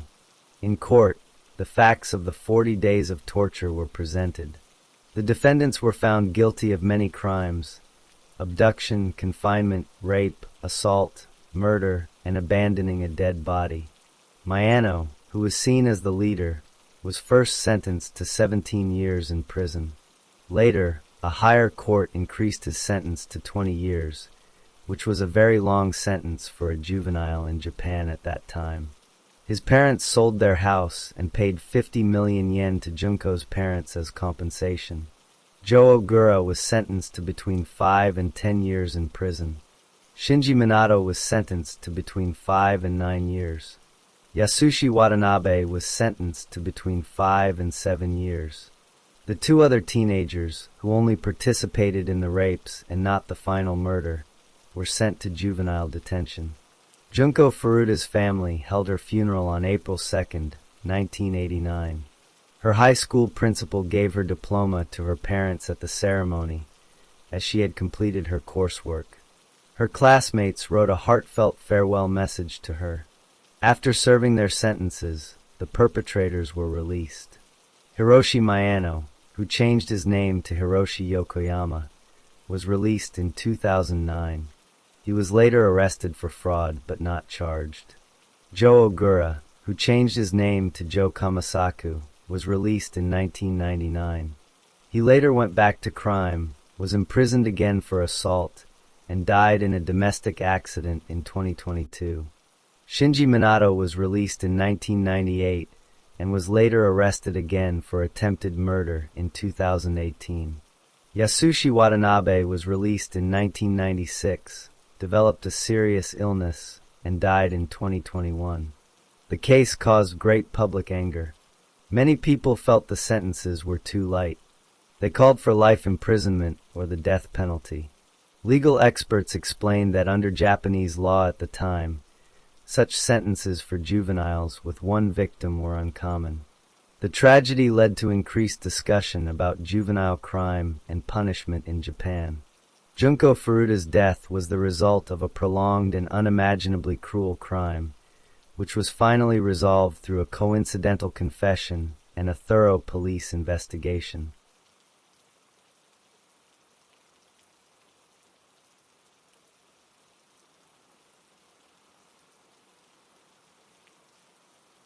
Story 7. Suzanne Capper was born in 1976 and grew up in Mosdon, an area of Manchester, England. She lived with her mother, Elizabeth, and her older sister, Michelle. Her mother later had a relationship with another man, who became Suzanne's stepfather. When Suzanne was about 14 years old, her mother and stepfather separated. This separation caused a change in the family home. After the separation, Suzanne and her sister Michelle stayed living with their stepfather for a period of time. During this time, the local social services became involved. Suzanne was placed under the care of the local authority for a while. This meant social workers were responsible for her welfare. Her sister Michelle was also under this care. Suzanne attended Mosdunbrook High School. In her final 2 years at school, her attendance became very irregular. This means she often missed school without permission. She was frequently truant. Because of this, her education was disrupted, and she spent less time in a formal school setting. From the age of 6, Suzanne had been looked after by a family friend named Jean Powell for babysitting. As Suzanne got older and her home life became less stable, she began to spend more and more time at Jean Powell's house. Jean Powell lived at 97 Langworthy Road in Mosdon. It was a small terraced house. Suzanne's sister Michelle also lived at Powell's house for a short time, but moved out in August 1992. Michelle did not like the new friends Jean Powell was spending time with. Jean Powell's house was a busy place. Powell herself was separated from her husband, Glyn Powell, but they remained friendly. Glyn Powell visited the house often. A woman named Bernadette McNeely, who had 3 children, first moved into a house a few doors away, and then moved into Powell's house. Powell and McNeely shared a bed in the downstairs dining room because the bedrooms were full of children. Other people frequently visited the house. These visitors included Powell's younger brother, Clifford Pook, and a man named Jeffrey Lee, who would buy drugs from Powell. Suzanne continued to stay at Powell's house regularly. She was described as a gentle person who was easily influenced by others. She wanted to please people. At the house, Powell and McNeely often bullied Suzanne, and were unkind to her. However, Susan kept returning. Her sister Michelle later said that Susan was not exactly scared of them, but that she would do anything for them and tried to meet their every need. In November 1992, a young man named Anthony Dudson, who was involved with Bernadette McNeely, had his pubic hair shaved off because he had caught pubic lice. McNeely told him she believed he had caught the lice from a bed that Susan Capper had also used. Around the same time, McNeely also believed that Suzanne had taken a pink duffel coat that belonged to her. These small events were used as reasons for what happened next. On Monday, December 7, 1992, Suzanne was tricked into coming to Jean Powell's house on Langworthy Road. When she arrived, Glyn Powell and Anthony Dudson were already there. They immediately grabbed her and held her down. They used razors to shave off all her hair and her eyebrows. They then made her clean up the cut hair and put it in a bin. After this, Glyn Powell put a plastic bag over Suzanne's head. He and Dudson took turns walking around her and hitting her on the head through the bag. Next, Jean Powell and Bernadette McNeely began to kick Suzanne as she lay curled up on the floor. The two women then took turns beating her with a long, 3-foot wooden stick and with a belt. After this beating, they took Suzanne to the bathroom. They forced her to shave off her own pubic hair. They did this to humiliate her, as a revenge for the pubic lice they blamed on her. Finally, Jean Powell locked Suzanne in a small cupboard in the house overnight. The next morning, Tuesday, December 8th, Suzanne was taken upstairs and locked in a different cupboard. Later that day, they moved her from Powell's house to Bernadette McNeely's house, which was a few doors away. They moved her because the children in Powell's house were becoming upset by hearing Suzanne's crying. In McNeely's house, they took her to a back room downstairs. They tied her to an upturned bed frame using electrical cable. They tied her arms and legs apart in a spread eagle position.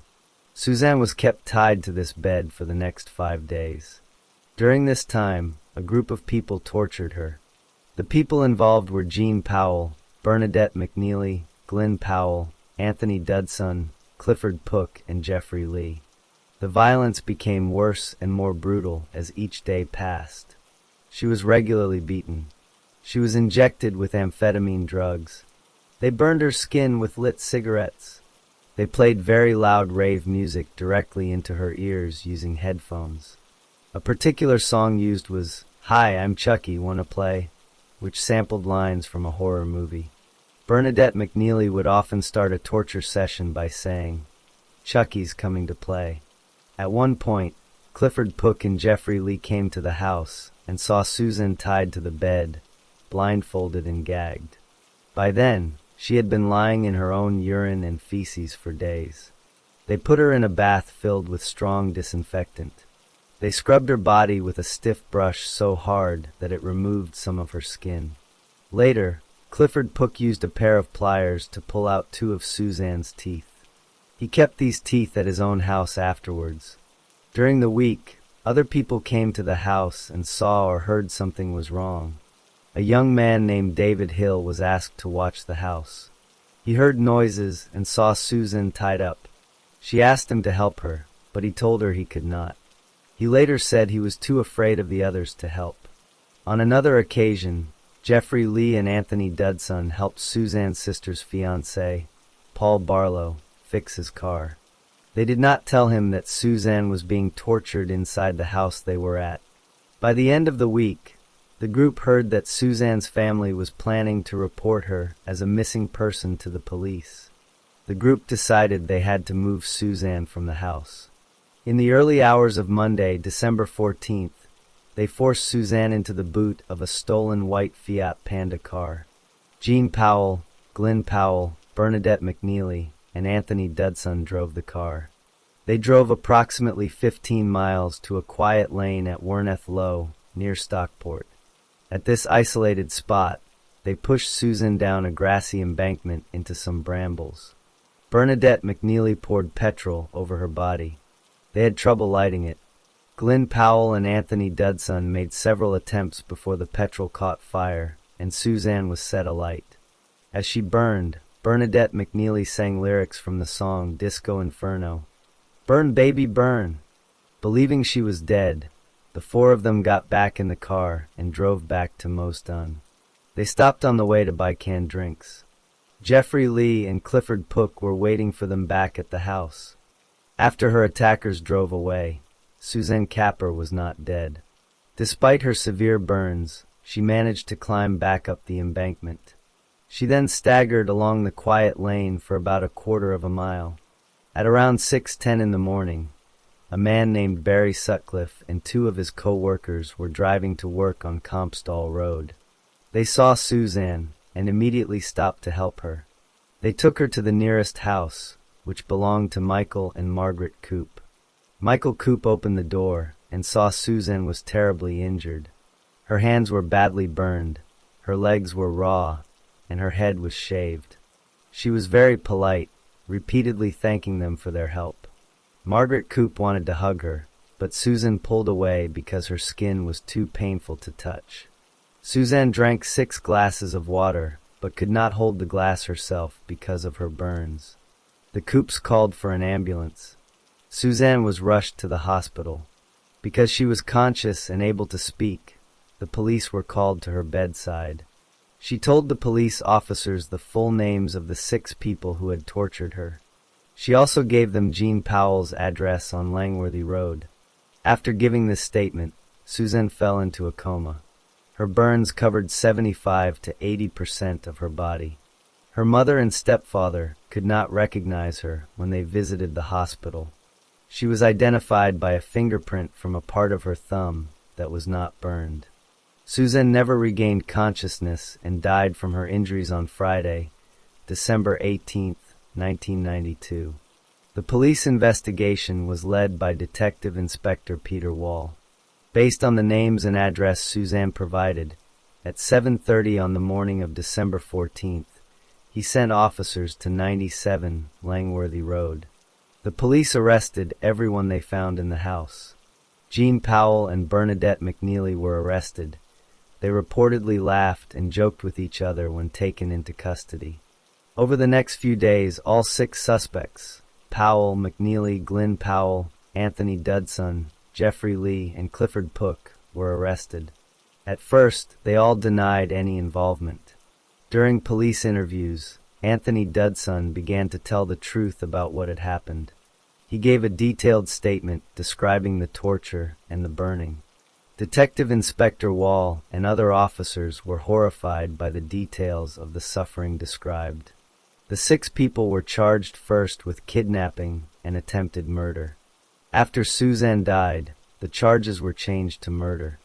A trial began at Manchester Crown Court on November 16, 1993. It lasted for 22 days.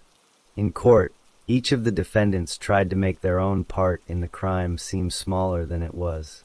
The jury listened to all the evidence, including the testimony of witnesses like David Hill and the forensic evidence. Clifford Pook was cleared of the murder charge by the judge during the trial, based on the evidence presented. The jury deliberated for nearly 10 hours. On December 17, 1993, the jury gave their verdicts. Bernadette McNeely, Jean Powell, Glenn Powell, and Anthony Dudson were found guilty of murder. Jeffrey Lee was found not guilty of murder, but guilty of false imprisonment.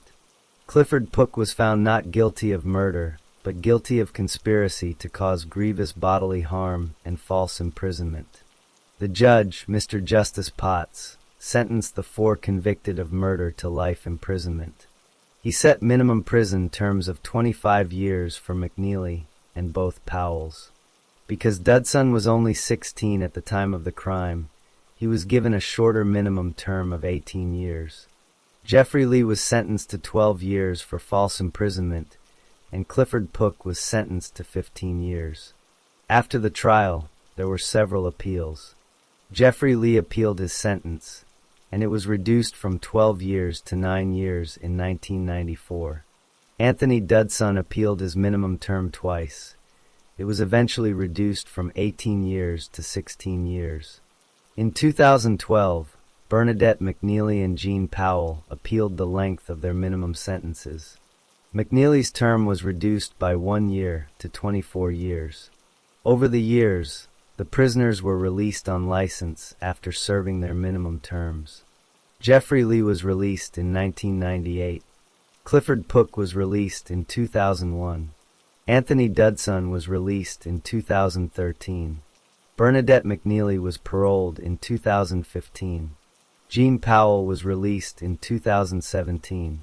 Glenn Powell was the last to be released in May 2023. Their releases were conditional, meaning they could be returned to prison if they broke the rules of their license. The legal process for the crime against Suzanne Capper was now complete.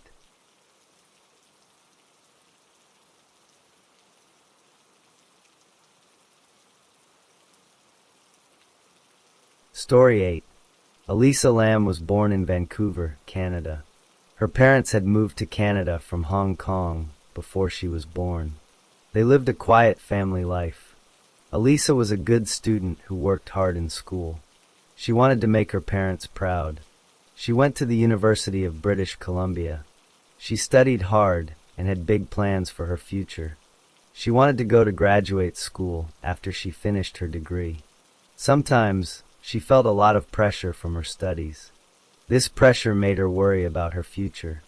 She sometimes felt lost and unsure about her direction in life. Outside of school, Elisa had her own interests. She enjoyed fashion and popular culture. She started a personal blog on the internet.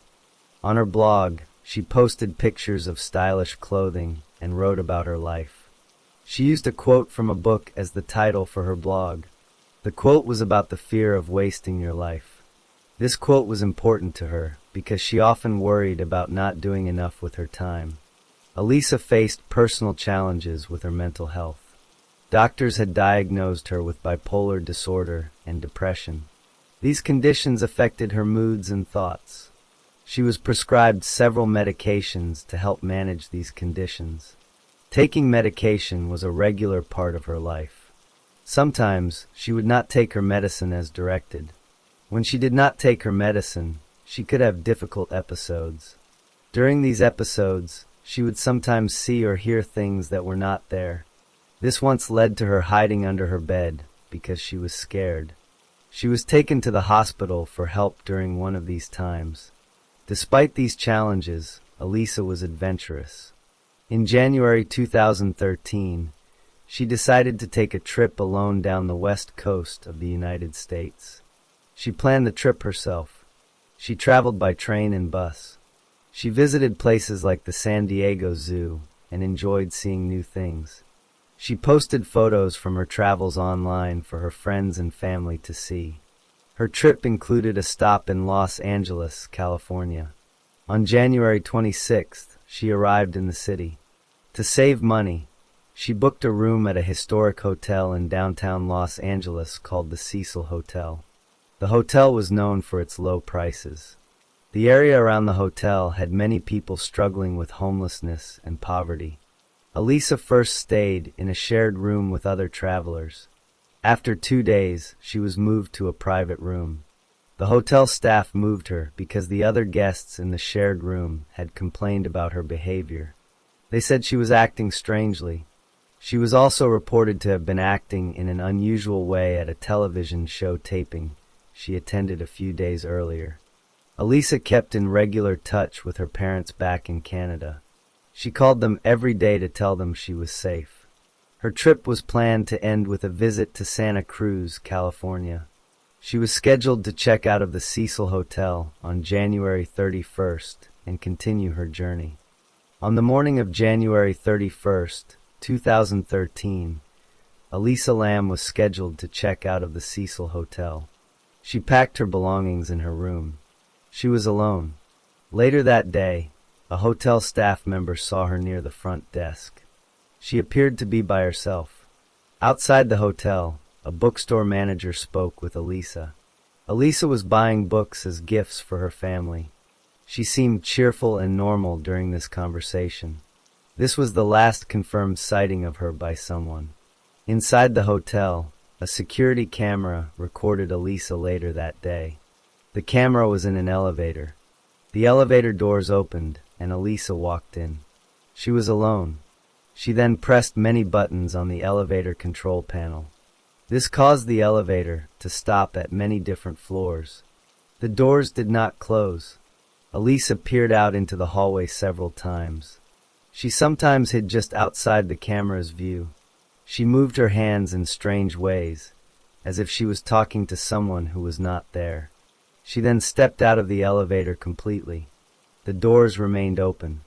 After a short time, she returned to the elevator and again pressed all the buttons. The doors still did not close. Finally, she left the elevator and walked away down the hallway. The elevator doors closed after she was gone. Elisa did not contact her parents that day. This was unusual because she called them every day. Her parents became worried. They called the hotel, but Elisa was not in her room. Her belongings were still there. Her parents then called the Los Angeles Police Department to report her missing. They flew to Los Angeles to help search for her. The police began an investigation. They searched Elisa's hotel room. They found her luggage, clothes, and her prescription medications. They used police dogs to try to find her scent.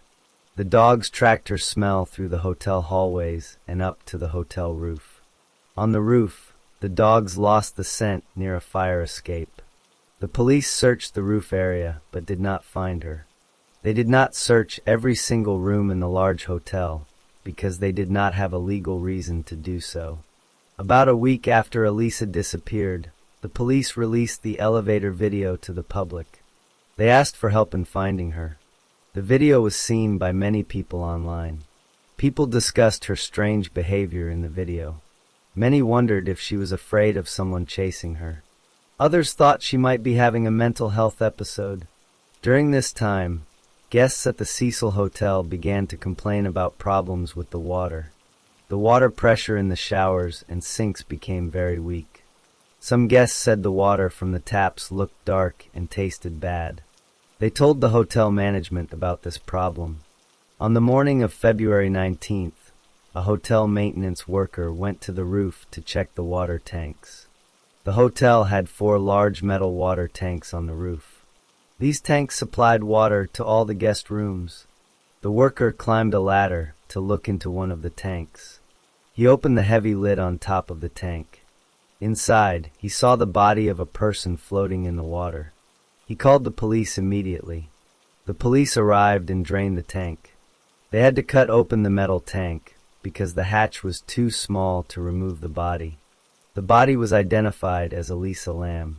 She was not wearing any clothes. Some of her clothing was found floating in the water with her. Her room key and watch were also in the tank. The medical examiner performed an autopsy on her body. The report stated that Elisa Lam died by drowning. Her body showed no signs of a physical attack or a sexual assault. There were no injuries on her body that suggested a fight. The toxicology report showed very small amounts of her prescribed medications in her system. This suggested she had not been taking her full doses. There were no illegal drugs in her system. A very small amount of alcohol was present. The official finding was that her death was an accident. The report noted that her bipolar disorder was a significant factor. The main question was how she got into the locked water tank. The door to the hotel roof was usually locked, and only staff had a key. The heavy lid on the tank was found open. It would be very difficult for a person to close this lid from inside the tank. After the autopsy report was completed, the Los Angeles Police Department officially closed their investigation. The police agreed with the medical examiner's finding of accidental death. They concluded there was no evidence of a crime. The detectives determined that Elisa Lam had accessed the roof of the Cecil Hotel via the fire escape. The fire escape ladder could be reached from a window on an upper floor. This path allowed her to bypass the locked hotel roof door. The police theory was that Elisa, experiencing a psychotic episode due to her untreated bipolar disorder, climbed the fire escape to the roof. Once on the roof, she saw the large water tanks. The lid on one tank was open, as the maintenance worker later found it. She then removed her clothes, possibly due to a symptom of her psychosis called hyperthermia, where a person feels excessively hot. She climbed into the tank, which was about 8 feet tall, using a ladder that was sometimes left nearby for maintenance. She accidentally drowned in the deep water. The heavy lid was left open, which explained why it was not closed. The police explained that the water tank layout made it impossible for someone to close the lid from inside. Since the lid was found open, no other person needed to be involved. The strange behavior in the elevator video was consistent with someone having a serious mental health crisis, not with someone running from a pursuer. The lack of any defensive wounds or signs of restraint on her body supported the accident theory. Elisa Lam's parents did not agree with this conclusion. In September 2013, they filed a wrongful death lawsuit against the owners of the Cecil Hotel. The lawsuit claimed the hotel was negligent. It argued the hotel should have had better security to prevent access to the roof and the water tanks. The lawsuit stated the hotel failed to provide a safe environment for its guests. The hotel's lawyers argued in court that they could not be held responsible. They said it was not possible to predict that a guest would climb into a water tank. They also stated that the hotel had security measures like locked roof doors, but that Elisa had used an unusual and unexpected route to access the roof. In 2015, a judge reviewed the case and dismissed the lawsuit. The judge ruled that the hotel could not have reasonably foreseen or prevented this very unusual accident. Following the incident, the hotel made changes. They installed better security cameras, increased staff patrols, and placed stronger locks and alarms on all roof access points. They also secured the water tank lids with locks and alarms. The hotel's management changed its name and attempted to improve its reputation.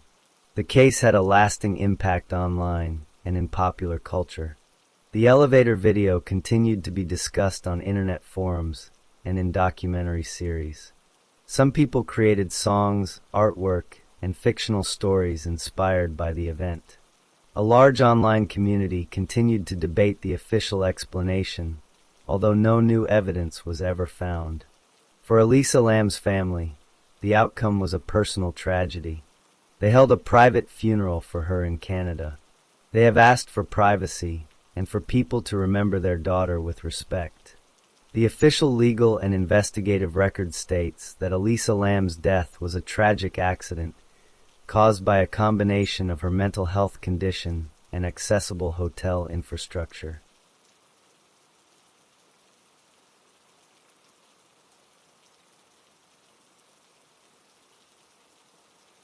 Story 9. Eric Clinton Kirk Newman was born on July 24, 1982, in Scarborough, a part of Toronto, Canada.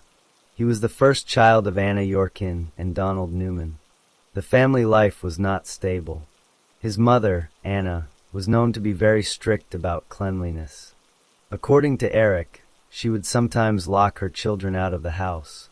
She also once left their pet rabbits outside in the cold, where they died. His father, Donald, struggled with his mental health. In 1994, when Eric was 12 years old, Donald was diagnosed with schizophrenia. This is a serious mental disorder where a person can have trouble telling what is real from what is not real. After this diagnosis, Eric's parents divorced. The divorce led to Eric moving away to live with his grandmother, Phyllis, in the town of Lindsay, Ontario. In Lindsay, Eric attended I.E. Weldon Secondary School. As he grew older, he himself was diagnosed with schizophrenia. Because of this diagnosis, he received a monthly disability allowance from the government. This money was not enough for him, so he found other ways to earn more. During his late teens and early 20s, he began working as a male escort. This means he was paid for sexual encounters with men. He also wanted to be in the entertainment business. Starting in 2003, he acted in a small number of low-budget gay pornography films. He sometimes worked as a stripper. He did not find success. Over 5 years, he only made about 10 porn videos. A person who reviews adult films later said the porn industry was not much interested in him. He also tried modeling, using the fake name Jimmy in a magazine, but this did not lead to a career. On August 12, 2006, he legally changed his name from Eric Clinton Kirk Newman to Luca Rocco Magnotta. He said he wanted a name that sounded more like a movie star. Around this time, his financial problems grew. In March 2007, he declared bankruptcy. He owed around $17,000 to different stores and companies. Luca Magnotta spent a lot of time on the internet. Over many years, he created dozens of fake profiles on social media and websites. He used these false identities to talk about himself. He would write praises about Luca Magnotta, calling himself a famous model and porn star. He would also write nasty rumors about himself using one fake profile, and then deny those rumors using another fake profile. He did this to create drama and attract attention. In 2007, a false story appeared online saying Magnotta was dating a famous Canadian female murderer. This rumor got him interviews on a radio station and in a newspaper. The newspaper reporter later said he thought Magnotta seemed troubled and might have made up the rumor himself just to get noticed. Magnotta had trouble with the law. In 2005, while still using his birth name, he was convicted of fraud. He had become friends with a woman who had a developmental disability. He convinced her to apply for credit cards, and then he took them and used them to buy over $10,000 worth of electronics and furniture. He was given a 9-month conditional sentence to be served at home. His behavior began to worry people online. In 2010, he posted a video on the internet. This video showed a person putting 2 kittens into a plastic bag and using a vacuum cleaner to suck out the air, killing them. The person in the video was Magnotta. He posted more videos, showing a cat being drowned and another being fed to a snake. In early 2011, a group of people on the internet formed a private group to try and identify the man in the animal cruelty videos. They discovered he was Luca Magnotta. They reported him to the police and to animal protection groups. They warned the authorities that hurting animals in this way was often a sign that a person might later hurt humans. The Toronto police began an investigation into the kitten videos in February 2011. In early 2012, Luca Magnotta moved to Montreal, Quebec. He rented a small apartment on Dequery Boulevard. He paid his rent every month and did not cause problems for his landlord. During this time, he continued to spend most of his time online. He visited websites about famous murders and serial killers. He also began posting strange messages online. In one message, written months before any crime, he talked about making a horrible video involving murder. Most people who saw these messages did not take them seriously. Around the same time, a 33-year-old man named Jun Lin was living in Montreal. Jun Lin was an international student from China studying computer engineering. He had recently broken up with his boyfriend. He began using dating websites and apps to meet new people. In May 2012, Jun Lin saw an advertisement posted by Magnotta on a website called Craigslist. The ad was looking for a sexual partner and mentioned bondage. Jun Lin responded to the ad. On the evening of May 24th, 2012, Jun Lin went to Magnotta's apartment building. A security camera at the building's entrance recorded both men entering together. This is the last known video of Jun Lin alive. Inside the apartment, Magnotta attacked Jun Lin. He used a knife to cut Jun Lin's throat. Jun Lin died from this injury. After the killing, Magnotta moved the body to the bathroom. Magnotta then began a series of actions that he had planned beforehand. He took a video camera and set it up in the apartment. He recorded himself with Jun Lin's body. In the video, he was naked. He used a screwdriver and a kitchen knife to stab the body many times. He then removed the head, hands, and feet from the body using knives and a small saw. He did other disturbing things to the body which were recorded. During the video, a song called True Faith by New Order played in the background. A poster for the old movie Casablanca was visible on the wall. When he was finished, he cleaned the apartment. He placed June Lin's torso inside a large, hardshell suitcase. He put the suitcase in a garbage pile in the alley behind his apartment building. He put the head in a separate bag. He then prepared 4 packages. He placed a left foot in one package and a left hand in another. He wrapped them like gifts, sometimes using pink tissue paper. He wrote addresses on these packages.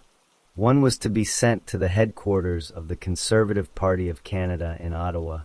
The other was to be sent to the Liberal Party of Canada, also in Ottawa. He put notes inside. One note said, "Roses are red, violets are blue. The police will need dental records to identify you, bitch." The next day, May 25th, Magnotta went to a post office in Montreal. He mailed the 2 packages to Ottawa. He then returned to his apartment. He edited the video he had made, giving it the title "One Lunatic, One Ice Pick." He used his computer to send this video to a violent website called Best Gore. The owner of the website received it and, thinking it was a fake movie, posted it online for people to see. Later that same day, Magnotta went online and bought a one-way airplane ticket from Montreal to Paris, France. He used his real passport to book the ticket. He packed a suitcase, cleaned his apartment thoroughly, and left. On May 26th, a janitor for the apartment building saw the hardshell suitcase in the alley. He thought it was normal trash and left it there. On May 29th, the package containing a human foot arrived at the Conservative Party office in Ottawa. An employee opened it, saw the foot, and called the police. The police in Ottawa then contacted the police in Montreal. The Montreal police went to the alley behind Magnotta's apartment building. They found the suitcase and opened it. Inside, they found June Lin's torso. The police went into Magnotta's apartment. They found it mostly empty. There was no furniture, but they found traces of blood in the bathroom tub, on the floor, and on the refrigerator. Written in red ink on the inside of a closet door was a phrase, "If you don't like the reflection, don't look in the mirror. I don't care, sick." Based on the mailing address and items in the apartment, the police quickly identified Luca Magnotta as the suspect. However, he was already gone. On June 4th, 2 more packages were delivered in Vancouver, British Columbia. One contained a right hand and was sent to an elementary school. The other contained a right foot and was sent to a different school. These packages had also been mailed from Montreal by Magnotta before he fled. When police realized Luca Magnotta had flown to Paris, they contacted Interpol. Interpol is an organization that helps police forces in different countries work together. At Canada's request, Interpol issued a red notice for Magnotta. This is a request to police worldwide to find and arrest him. Meanwhile, in Paris, French police tracked Magnotta to a hotel in a suburb called Bagnolet. He had used a fake passport with the name Kirk Trammell to check in. But by the time police arrived, he was gone. He had taken a bus from Paris to Berlin, Germany. In Berlin, Magnotta went to an internet cafe. He spent time reading news articles about the murder and the search for him. On June 4th, 2012, a person in the cafe recognized him from the news and called the police. Berlin police officers arrived and arrested him. At first, Magnotta gave the police fake names, but he soon admitted who he was. His fingerprints were taken and sent to Canada. The fingerprints confirmed his identity. German officials began the process of sending him back to Canada, which is called extradition. Magnotta agreed to return to Canada without fighting the extradition. On June 18, 2012, Canadian authorities took Magnotta from Germany onto a Canadian military airplane. They flew him back to Montreal. He was placed in a jail called Rivière des Prairies Detention Center. He was put in a special solitary cell for his own safety. the police and lawyers began to prepare their cases. The investigation had gathered a lot of evidence. This included the security camera video from the apartment building, the post office records, the packages and notes, the suitcase with the body, and the bloody tools found in the alley. Most importantly, they had the full, unedited video from Magnotta's own camera. Magnotta's trial began in September 2014. He pleaded not guilty to the charges of first-degree murder and other crimes. His lawyer did not deny that Magnotta had killed June Lin and done the other acts. Instead, the lawyer argued that Magnotta was not criminally responsible because of mental illness. This is sometimes called an insanity defense. The lawyer said Magnotta had schizophrenia and did not understand that his actions were wrong. The prosecution, or the lawyers trying to prove Magnotta's guilt, argued against this. They said the crime was carefully planned and organized. They showed evidence of his online searches about murder and how to leave the country. They showed how he had bought tools like a saw and knives before the murder. They showed how he had mailed the packages and cleaned his apartment to destroy evidence. They said these were the actions of someone who knew what they were doing was wrong and was trying to get away with it. Different doctors who are experts in mental health gave their opinions in court. Doctors hired by the defense said Magnotta had paranoid schizophrenia.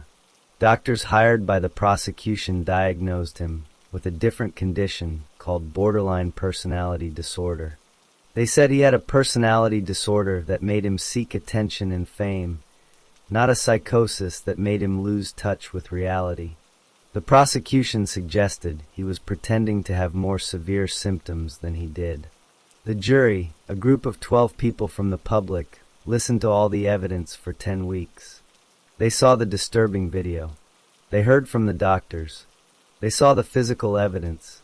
On December 23, 2014, after thinking about it for 8 days, the jury gave their verdict. They found Luca Magnotta guilty of first-degree murder. They also found him guilty of all other charges: committing an indignity to a dead body, harassing the Prime Minister through the mail, and mailing obscene material. Because first-degree murder has a mandatory sentence in Canada, the judge had no choice in the punishment. Justice Guy Conoyer sentenced Luca Magnotta to life in prison with no chance of parole for 25 years. He was given additional sentences for the other crimes, but those are served at the same time as the life sentence. Magnotta first appealed the verdict, meaning he asked a higher court to review the trial, but he soon withdrew that appeal. June Lin's father, Darren Lin, came to Canada from China for the trial. After it was over, June Lin's body was cremated in Montreal. His ashes were buried in a cemetery in the city. His family established a scholarship in his memory for university students. Luca Magnotta was sent to a maximum security prison. He remains in prison, where he will stay for at least 25 years before he can ask a parole board to release him. The story of Luca Magnotta and June Lin is now over.